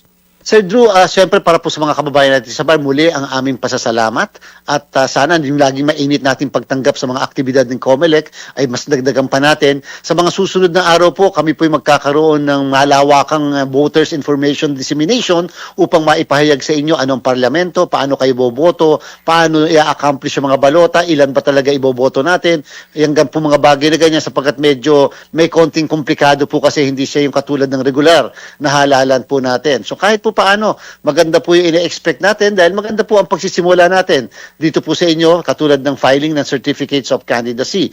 Sa atin po naman mga kababayan sa buong bansa, ongoing pa po ang registration of voters po natin na nagsimula no October 20, matatapos po ito, Sir Drew, Mayo 18, itong buwan na ito. Kaya po yung mga hindi pa nagpaparehistro, magpapabuhay ng kanilang registration, lilipat ng kanilang registration, ay marapat po na mahabol po natin yung ating pong deadline na yan. Huwag po sana tayo yung ilang araw na lamang tsaka tayo pupunta sa mga local COMELEC offices. Ngayon po sana makapunta na tayo upang tayo makaboto para sa barangay and SK elections. Alright. Marami pong salamat, Chairman George Garcia, sa inyo pong oras. Magandang umaga po. Good luck po sa inyo. Magandang umaga po, Sir Drew, at maraming salamat. Opo, mabuhay po ang COMELEC. Yan po muli si COMELEC Chairman George Garcia. Pasada Balita. Update nga rin ho ng balitang yan, tiniyak naman ng Commission on Elections na ilalabas na sa susunod na linggo ang opisyal na listahan nga ng mga kandidatong tatakbo sa unang parliamentary elections sa Bangsamoro Autonomous Region in Muslim Mindanao. Nakatakdang isagawa nga ang halalan, gaya po ng binanggit ni Chairman, sa Setyembre 14. Nagtapos na rin kahapon ang 3 araw na filing period para sa mga district representatives at party members. Kinumpirma rin ni COMELEC Chairman George Garcia na naging mapayapa ang filing period sa naturang rehiyon. Pasada Balita. Sa iba pang paksa ng mga balita, tiniyak ng World Health Organization sa publiko na malabong maging pandemya ang outbreak ng hantavirus sa Dutch vessel, sa isang Dutch vessel kamakailan. Ayon kay WHO Infectious Disease Epidemiologist Maria von Vankerkopf, kinakailangan ng close intimate contact upang mahawaan ng antivirus kaya't malabo itong maihalin tulad sa COVID-19. Halos 40 Pilipino ang bahagi ng crew ng Dutch vessel na MV Hondius, kung saan hindi bababa sa 5 ang nagpositibo, habang 3 naman ang namatay sa sakit.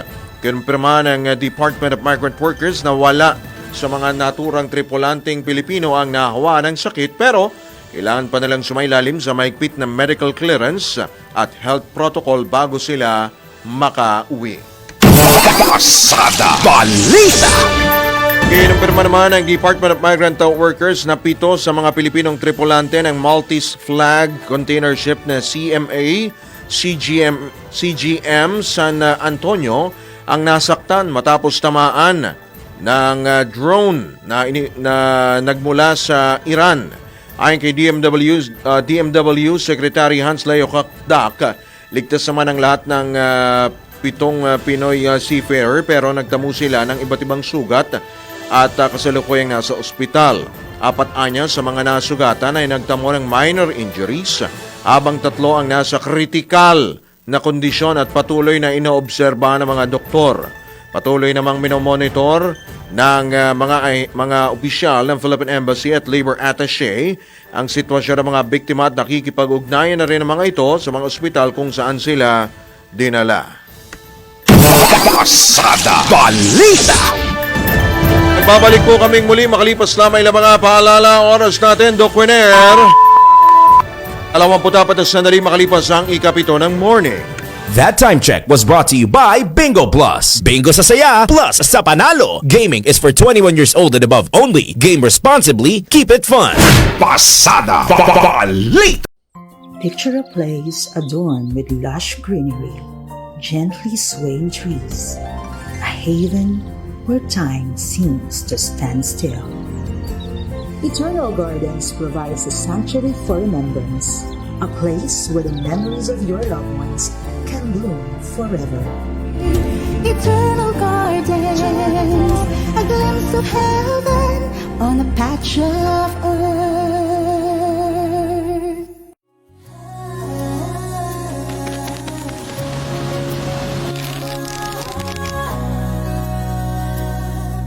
Hindi umuurong sa pagtulong, kawang gawa sa lahat sinusulong. PCSO, PCSO, hindi umuurong sa pagtulong. PCSO.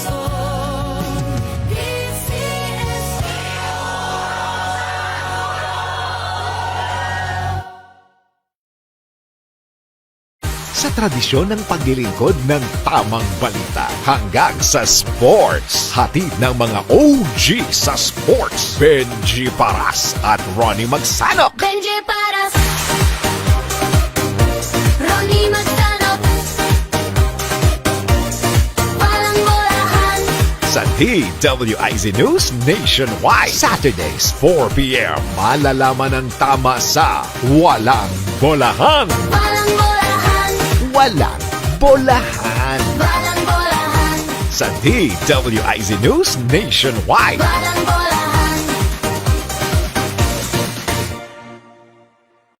Nagkalat ang mga peking balita, mga peking produkto, peking seller, mga panlulokong gusto lang kumita ng pera at minsan buhay ang kapalit. Sa hangarin ng DWIZ na ibigay ang tamang balita, tamang paglilingkod, hatid sa bayan ang bawal ang peke.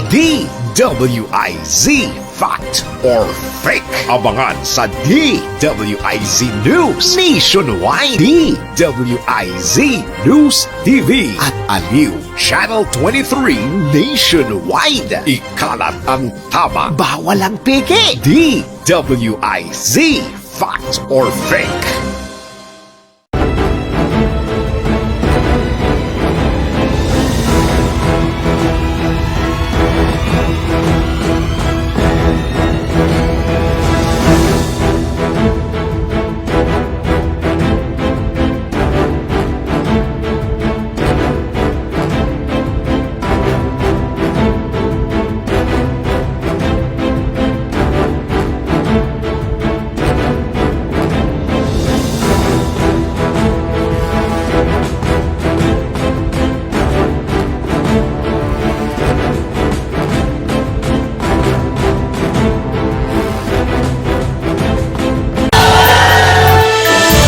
Po ba na katumbas ng bawat taya sa Philippine Charity Sweepstakes Office o PCSO ay kawang gawa? Sa bawat ticket po rinyo, sigurado tiyak may matutulungan po tayo mga kababayan sa kanila pong pangangailangang medikal.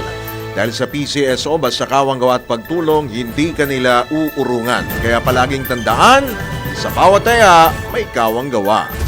Papalakas ng papalakas, palinaw ng palinaw, mga balita at impormasyong naiintindihan dahil malinaw mong nalaman. Tutok lang sa DWIZ mula umaga hanggang gabi. Updated on air and online. DWIZ nagbabalita ng tama, naglilingkod ng tama. Tambalang John Ibanez at Drew Nasino. Pasada Balita. Alright, sa pagkakataon ito, tanggap pa tayo na ilang pang mga report. ASEAN maglalabas na ng joint statement hinggil sa krisis sa Middle East.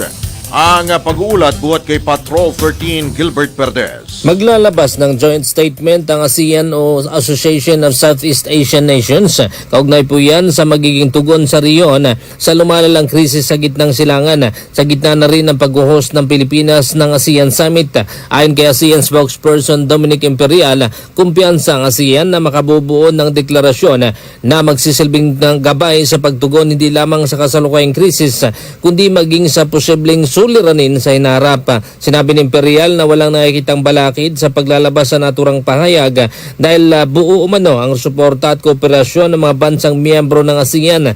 Inaasahan ding kabilang sa deklarasyon ang panawagan sa mga naglalabang panig na wakasan ng sigalot upang maibalik ang kapayapaan sa rehiyon. Samantala hindi naman kinumpirma ni Imperial kung gagamitin ni Pangulong Ferdinand Marcos Jr. ang summit upang makakuha ng dagdag na fuel supply para sa bansa. Ngunit umaasa raw itong magkakaroon ng kapaki-pakinabang na resulta ang mga usapin sa summit. Patrol 13 Gilbert Perdes para sa himpilang may todong lakas. DWIZ nagbabalita ng tama, naglilingkod ng tama. Kapag may bagong balita, naka-on air agad-agad. DWIZ Patrol Report. Sa Pagpapatuloy pa rin na ilang pa mga balita, nilinaw ni UP Journalism Professor at Kontradaya Convener Danilo Araw na seryosong kaso ng pangingikil at hindi paglabag sa kalayaan sa pamamahayag ang pagkakaaresto kay Franco Mabanta, founder ng social media page na Peanut Gallery Media Network. Ito'y matapos sa itanggi ni Mabanta ang aligasyong humingi siya ng malaking halaga kapalit ng hindi paglalabas ng isang mapanira umunang video laban kay dating House Speaker Martin Romualdez. Ayon kay Professor Araw, maituturing na red tagging at disinformation ang ginawa ng PGMN, taliwas sa ethical standards ng lehitimong media. Hindi po gawain ng media na magsagawa ng tinatawag na kill fee. Ibig sabihin nito, hihingi ng bayad yung isang network o isang news media organization para hindi i-ere yung isang journalistic output.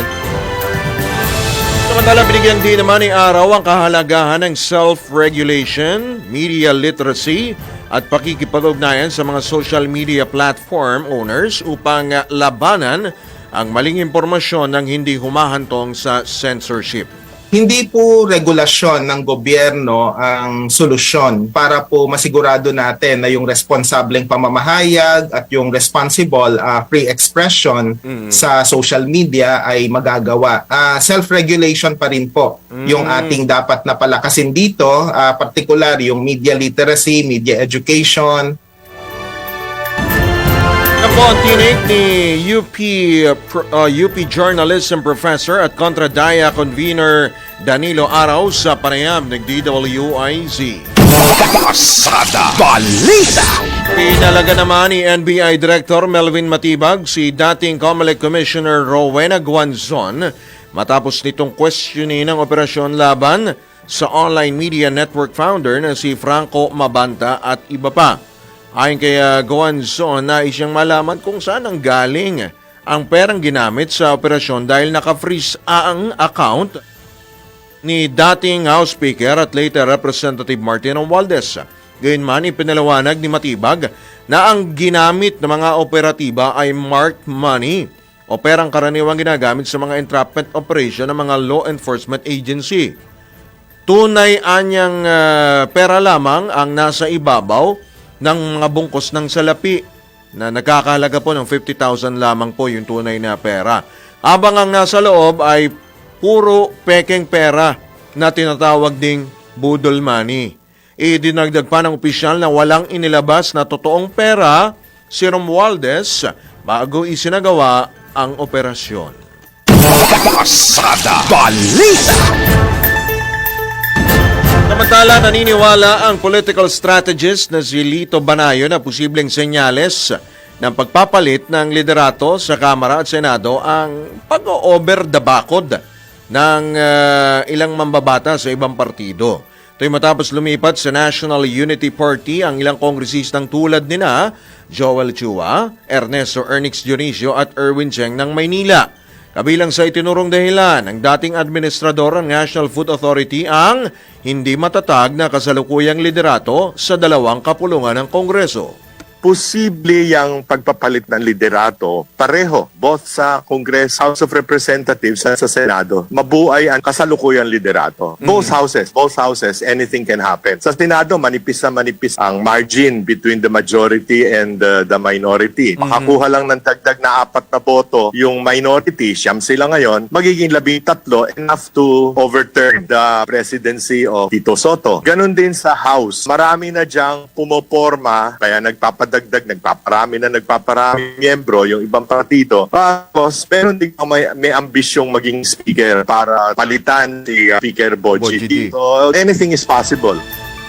Ipinunto rin ni Banayon na normal na ang paglulundagan sa ibang partido sa umiiral na padrino system sa bansa pero pansamantalang alyansa at magbabago muli ito pagdating ng halalan.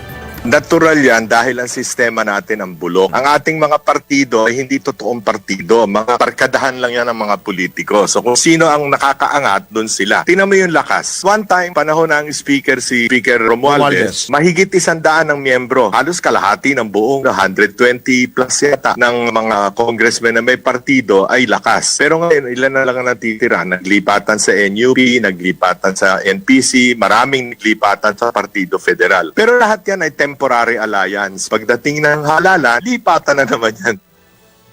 Yan po muli ang tinig ng political strategist at dating NFA Administrator Lito Barayo sa panayam ng DWIZ.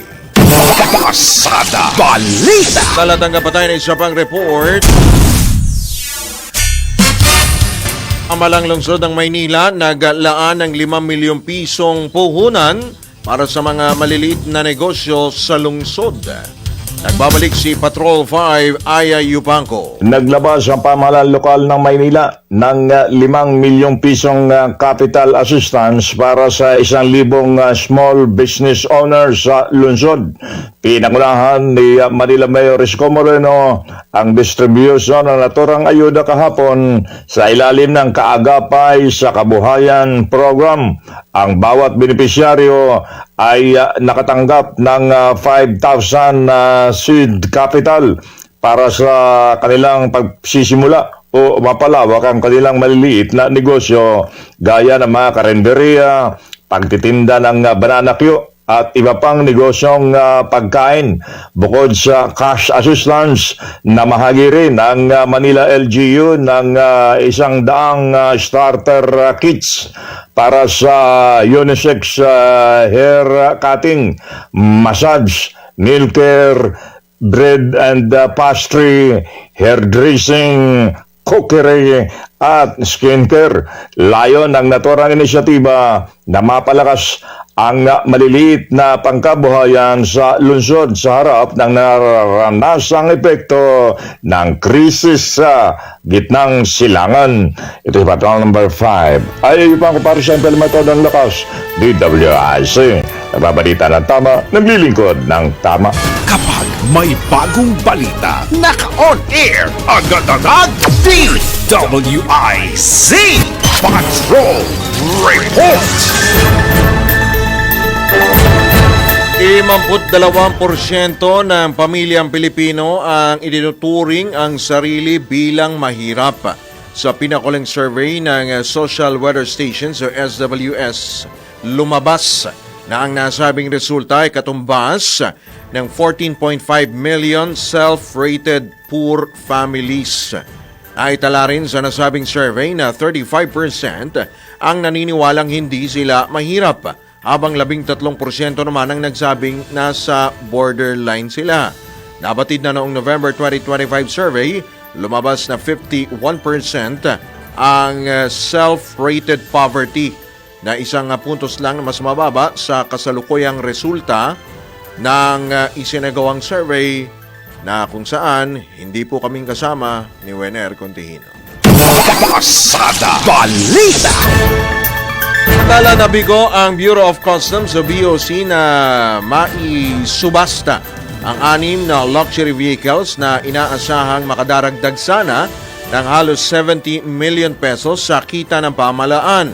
Ayon sa Auction and Cargo Disposal Division ng BOC Port of Manila, walang lumahok sa rehistradong bidder o walang lumahok na rehistradong bidder sa isinagawang public auction. Kabilang sa mga sasakyang isinubasta ang Lexus ES, BMW X6, Jeep Wrangler, Mercedes-Benz S680 Maybach, Bentley Continental at Rolls-Royce Cullinan, yung wala ng payong. Pinakamahal sa mga ito, yung Rolls-Royce Cullinan na may floor price na 27 million pesos, habang mahigit 21 million pesos naman ang Bentley Continental. Inihayag naman ni BOC Office of the Commissioner Deputy Chief of Staff Chris Noel Bendijo na posibleng itinuring na mataas na mga interesadong bidder ang presyo ng mga luxury vehicles. Inatasan naman si Bendijo ni Customs Commissioner Ariel Nepomuceno na magsagawa ng public auction kada 2 linggo. Pasada Balita. Paparibalita ng una, si DOST Secretary Renato Solidum Jr. sa mga miyembro ng gabinete ni Pangulong Ferdinand Marcos Jr. na may pinakamalaking natanggap na kabuang sahod at allowances noong nakarang taon. Batay sa 2025 Report on Salaries and Allowances ng Commission on Audit, nakatanggap si Secretary Solidum ng nasa 6.66 million pesos na kabuang kompensasyon noong 2025. Habang pumangalawa, si Labor Secretary Bienvenido Laguesma na may natanggap na 5.97 million pesos. Pangatlo, si DSWD Secretary Rex Gatchalian, 5.49 million pesos. At kabilang din sa top 10 cabinet officials, sina Agriculture Secretary Kiko Laurel, 5.2 million, Health Secretary Ted Herbosa, 5.16 million, Agrarian Reform Secretary Conrado Estrella III, 5.15 million, at Presidential Advisor for Maritime Concerns Andres Centino, 5 million pesos. Gayun din sina dating National Security Advisor Eduardo Año, 4.97 million, Special Assistant to the President Antonio Lagdameo Jr., 4.96 million, at Presidential Advisor for Poverty Alleviation Larry Gadon, 4.95 million pesos. Pasada Balita. Nakikipag-ugnayan na ang Department of Environment and Natural Resources sa Office of the Solicitor General para sa posibleng legal na aksyon kaugnay ng nagpapatuloy ng sunog sa sanitary landfill sa Navotas. Ayon sa DNR, layunin nitong mapanagot ang mga may responsibilidad sa insidente na nakaapekto na sa kalidad ng hangin at kalusugan ng mga residente sa Navotas at karatig lugar sa Metro Manila. Sinabi naman ni Interior Secretary John Vigrimulya na pinag-aaralan pa kung sino ang dapat managot sa insidente. Iginit naman ng DNR na pangunahing responsable ang mga may hawak ng Environmental Compliance Certificate at ang operator ng landfill na nangakong susunod sa environmental regulations. Naglabas na rin ang Notice of Violation ng Environmental Management Bureau laban sa landfill operator dahil sa hindi nito pagsusumite at pagpapatupad ng Safety Closure and Rehabilitation Plan at Abandonment Plan. Pasada Balita. Sa maring balita, pinagdiriwang ng Philippine Red Cross ang ika-79 na World Red Cross and Red Crescent Day ngayong araw. Tampok sa pagdiriwang ang tema ng pagkakaisa sa pakikipagkapwa-tao na layuning ipagmalaki ang pagmamalasakit ng mga Red Cross volunteers sa gitna ng mga krisis at sakuna sa buong mundo. Ayon kay PRC Chairman at CEO Richard Gordon, nakasalalay ang organisasyon sa mga volunteer nito kaya't imposibleng makamit nito ang paglilingkod sa pinakamalalayong lugar sa buong Pilipinas kung hindi dahil sa kanila.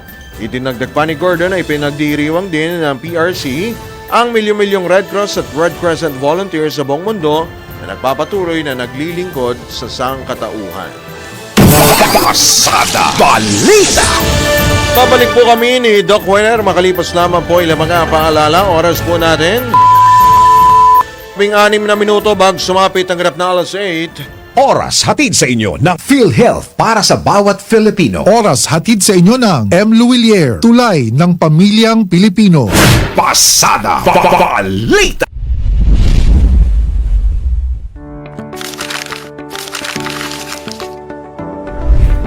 Do you have a gambling problem? To know more about PAGCOR's responsible gaming program, including its player exclusion program, visit www.pagcor.ph/regulatory/responsible.ph. A message of concern from the Philippine Amusement and Gaming Corporation. Kayang-kaya mo ang kahit na ano kung ikaw mismo ang gagawa nito. Let's learn new things sa DIY Do It Yourself. Ang Random Access Memory o RAM ay isang hardware ng isang laptop o computer na ginagamit para sa processing, lalo na kung ikaw ay nagmumultitask. Kaya para malaman kung functional pa ang RAM na nakakabit sa iyong device, gawin mo lamang ito. Una, sa iyong keyboard, pindutin mo ang Windows button. Ikalawa, sa search bar, itype mo ang Windows Memory Diagnostic. Ikatlo, iselect ang Restart Now at hintaying mag-appear ang blue screen para malaman kung maayos pa ang function ng RAM o kailangan mo na itong palitan. Gets mo ba? Sige nga, do it yourself. Walang yumayaman sa pagiging empleyado lang. Dapat lahat tayo nagninegosyo. Timing! Narito ang isang programang magbibigay ng tamang gabay sa pagnenegosyo. Pakinggan at panoorin ang mga ekspertong magiging guest dito. Isang show para sa negosyo. DWIZ Negosyo! Kasama sina Lito Gagni at Jerry Orbina. Pakinggan ng live sa DWIZ. Panoorin ng live sa Aliw 23 at i-follow sa lahat ng digital channels ng DWIZ, Facebook, YouTube at DWIZ News App. Huwag munang magplano, huwag munang sasabak, huwag munang papasok sa negosyo nang hindi napapanood ang show na Negosyo. Kayang-kaya mo ang kahit na ano kung ikaw mismo ang gagawa nito. Let's learn new things sa DIY Do It Yourself. Ang laging pag-a-adjust sa window ng VLC Media Player tuwing nagpe-play ng video ay ang problema ng karamihan. Kaya narito ang simpleng paraan para ang resizing ng VLC ay maiwasan. Una, buksan ang VLC Media Player sa iyong computer. Ikalawa, sa menu tab, tumungo ka sa tools at pindutin mo ang preferences. Ikatlo, hanapin mo ang resize interface to video size, i-uncheck mo ito, then click save. Next time, hindi na kaagad naka-full screen ng VLC mo kapag may papanoorin kang video. Gets mo ba? Sige nga, do it yourself. Sa tradisyon ng paglilingkod ng tamang balita hanggang sa sports. Hatid ng mga OG sa sports. Benji Paras at Ronnie Magsanok. Benji Paras, Ronnie Magsanok, walang bolahan. Sa DWIZ News Nationwide. Saturdays, 4 p.m. Malalaman ang tama sa Walang Bolahan. Walang bolahan. Walang Bolahan. Walang bolahan. Sa DWIZ News Nationwide. Walang bolahan.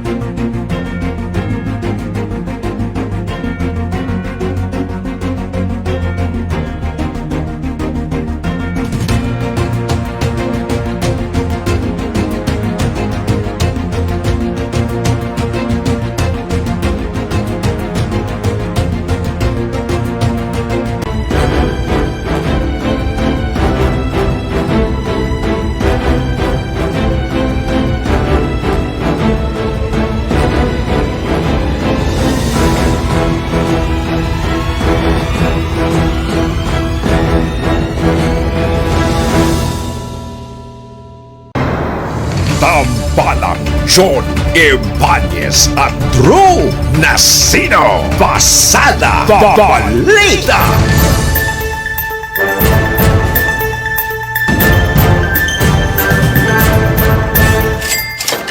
Balitang pangkalakalan. Ahagyang bumagal ang ekonomiya ng bansa makaraang bumaba ang Gross Domestic Product o GDP sa unang quarter ng taon bunsod ng tensyon sa gitnang silangan at ibang panig ng mundo.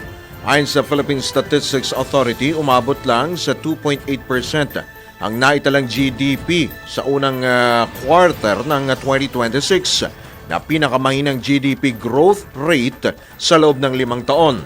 Batay sa datos ng PSA, bumagal din ang household final consumption expenditure na isa sa mga pangunahing nagpapatakbo sa domestic demand sa 3%.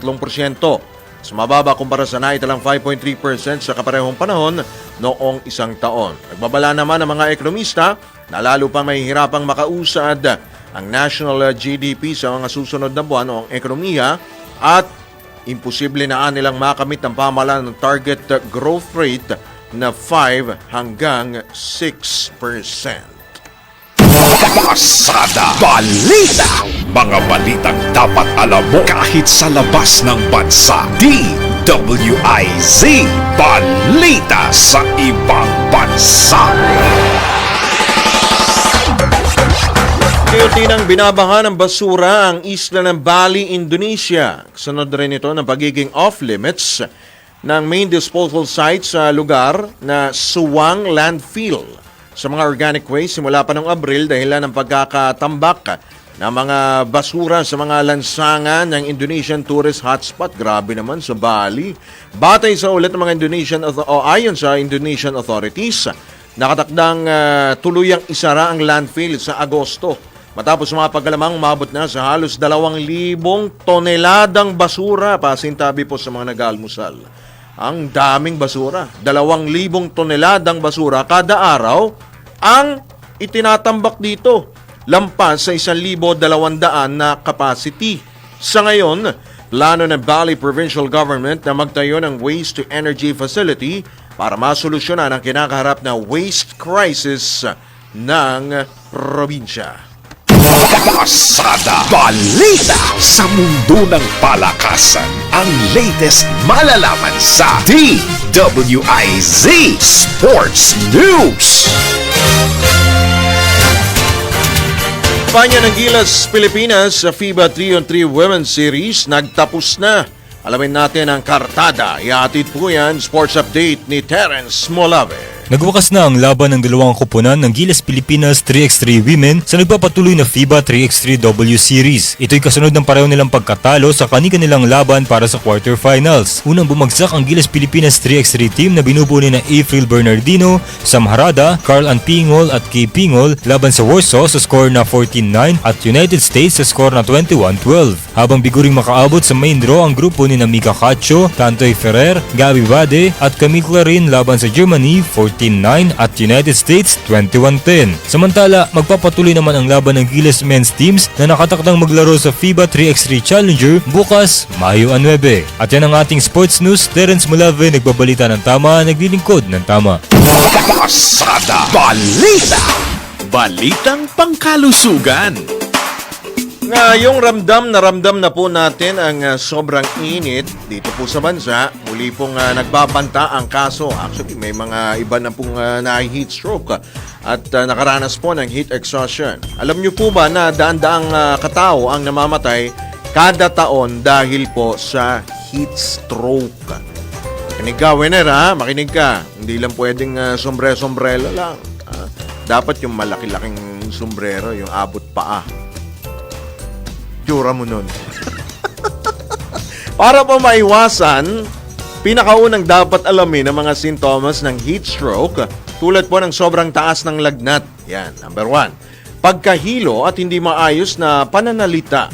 Ilang segundong pagkawala ng malay, hirap sa paghinga, sakit sa ulo at mabilis na pulso. Para po makatulong sa mga nakararanas ng ganitong mga sintomas, ilagay sila sa malamig na lugar o saan mang malayo po sa init po ng araw as much as possible. Bigyan po ng sapat na hangin, mag-spray o pahiram po ng malamig na tubig o yelo na nakabalot po sa tuwalya. Partikular ang kanila pong ekil-ekil sa kilikili, totoo nga, leeg o singit. Pwede, winner. Pwede, yan. Kung may malay pa ang tao, painumin ito ng saktong lamig lang po ng tubig. Huwag yung masyado pong malamig. Pero dahil isa pong emergency ang heat stroke, huwag dapat kalimutan na tumawag agad sa pinakamalapit na ospital, isugod agad para po sa maayos na heat stroke recovery at maiwasan po ang anumang komplikasyon. Pero unang-una ho dyan talaga, ang ginagawa po namin, uminom po ng maraming tubig. Araw-araw po yan. Ha? Water po talagang talagang malaki ang papel po ng tubig sa ating buhay. Ika nga may kasabihan po, ang tubig ay buhay. Pasada Balita. Ito na ang latest, bagong-bago, fresh na fresh. DWIZ Showbiz News. Matet De Leon, nilinaw na ang dahilan ng kanyang viral walang mana post. Saan nga ba nag-ugat yan? Alamin po natin ang showbiz chika mula po kay Bini Bigoteng Anton. Para sa aking balitang showbiz, nilinaw na aktres na si Matet De Leon kung para kanino talaga ang kanyang viral post kung saan tinawag niya ang sarili at mga kapatid na mga ampon na walang mana. Sa nasabing post ni Matet, makikita ang isang litrato kung saan kasama niya ang kanyang mga kapatid na sina Lotlot De Leon, Kenneth De Leon at Kiko De Leon na inampon ng namayapang Filipina superstar na si Nora Honor. Ayon kay Matet, para talaga sa mga basher ang kanyang post na nagsasabing wala silang karapatang pamanahan ng yumaong ina. Giit na aktres, talaga napuno siya sa mga nabasang komento lalo na ang mga patungkol sa kanyang mga kapatid. Nanindigan din si Matet na hindi mana ang kailangan nila kundi respeto sa publiko ngayong patuloy pa rin silang nagluluksa. At iyan aking balitang showbiz para sa impilang metodong lakas, DWIZ. Ako si Anton, nagbabalita ng tama, naglilingkod ng tama. Pasada Balita. Sa atin naman pong good news, dalawang Filipino fashion designer ang nagpamalas ng kanilang world-class talent sa blockbuster Hollywood film na The Devil Wears Prada 2. Kung napanood po ninyo yung one, yan, sina Meryl Streep, tsaka sino yung babae? Anne Hathaway. Kinilala ng Department of Tourism ang masterpieces ng mga designer na sina Rafi Totenko at Monique Luyer na makikitang suot ng ilang Hollywood A-listers sa nasabing fashion film.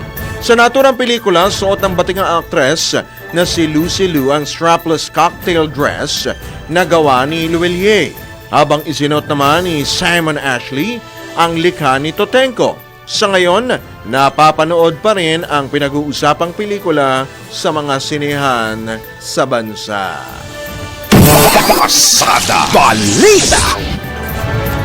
Alright, ako nga pala, bago tayo tuloy magpaalam, nagpapasalamat lang po ako sa mga nakasama po natin dito sa himpilan at syempre salamat din po sa atin mga suking taga-subaybay na mga nakasama po natin sa ilang taon ba na dito po sa palatuntunan po ito. Kasama po si John Ibanez. Batiin ko nga lang pala si Batukan Nelia. Good morning din. Mga suki natin, mga organic ito Sina Edgar Llorente, good morning din po sa inyo. Maraming salamat po sa inyo pong walang sawa na pagtutok, pagsubaybay po dito po sa Pasada Balita. Si Philip Glenn Araw, Ate Susan Heronimo, yan, suki natin yan. Si Nelson Malinaw, Randy Santisas, maraming salamat din. Nga pala, papasalamatan ko lang at get well soon nga pala. Hope to see you soon again. Aling Beth Samson, ang ating pong palengke queen. Magpagaling ka at nawa ay magkita-kita tayong muli sa mga susunod pang araw. Maraming salamat sa lahat po ng ating po mga nakasama natin po dito sa News Center, sa lahat po ng mga kaibigan, mga nakaaway na rin, isama na rin natin. Ang nagpapaalam po ay ang programa, hindi po ako. Opo, dahil mapapakinggan at mapapanood pa rin ninyo rin naman po ako dito po sa himpilan pong ito. Maraming salamat po. Teka lang, sa ngalan pala ni John Ibanez, isang pasada muna dahil ipinapaalala po namin na anuman po ang mangyari, mahal namin po kayo. Isa, dalawa, tatlo. Alright? Susunod na po ang palatuntunang Karambola. Oras po natin, Doc Winner. 1 minuto na lamang po bago po sumapit ang ganap na alas 8 ng morning. Happy weekend! Isip ko at naintindihan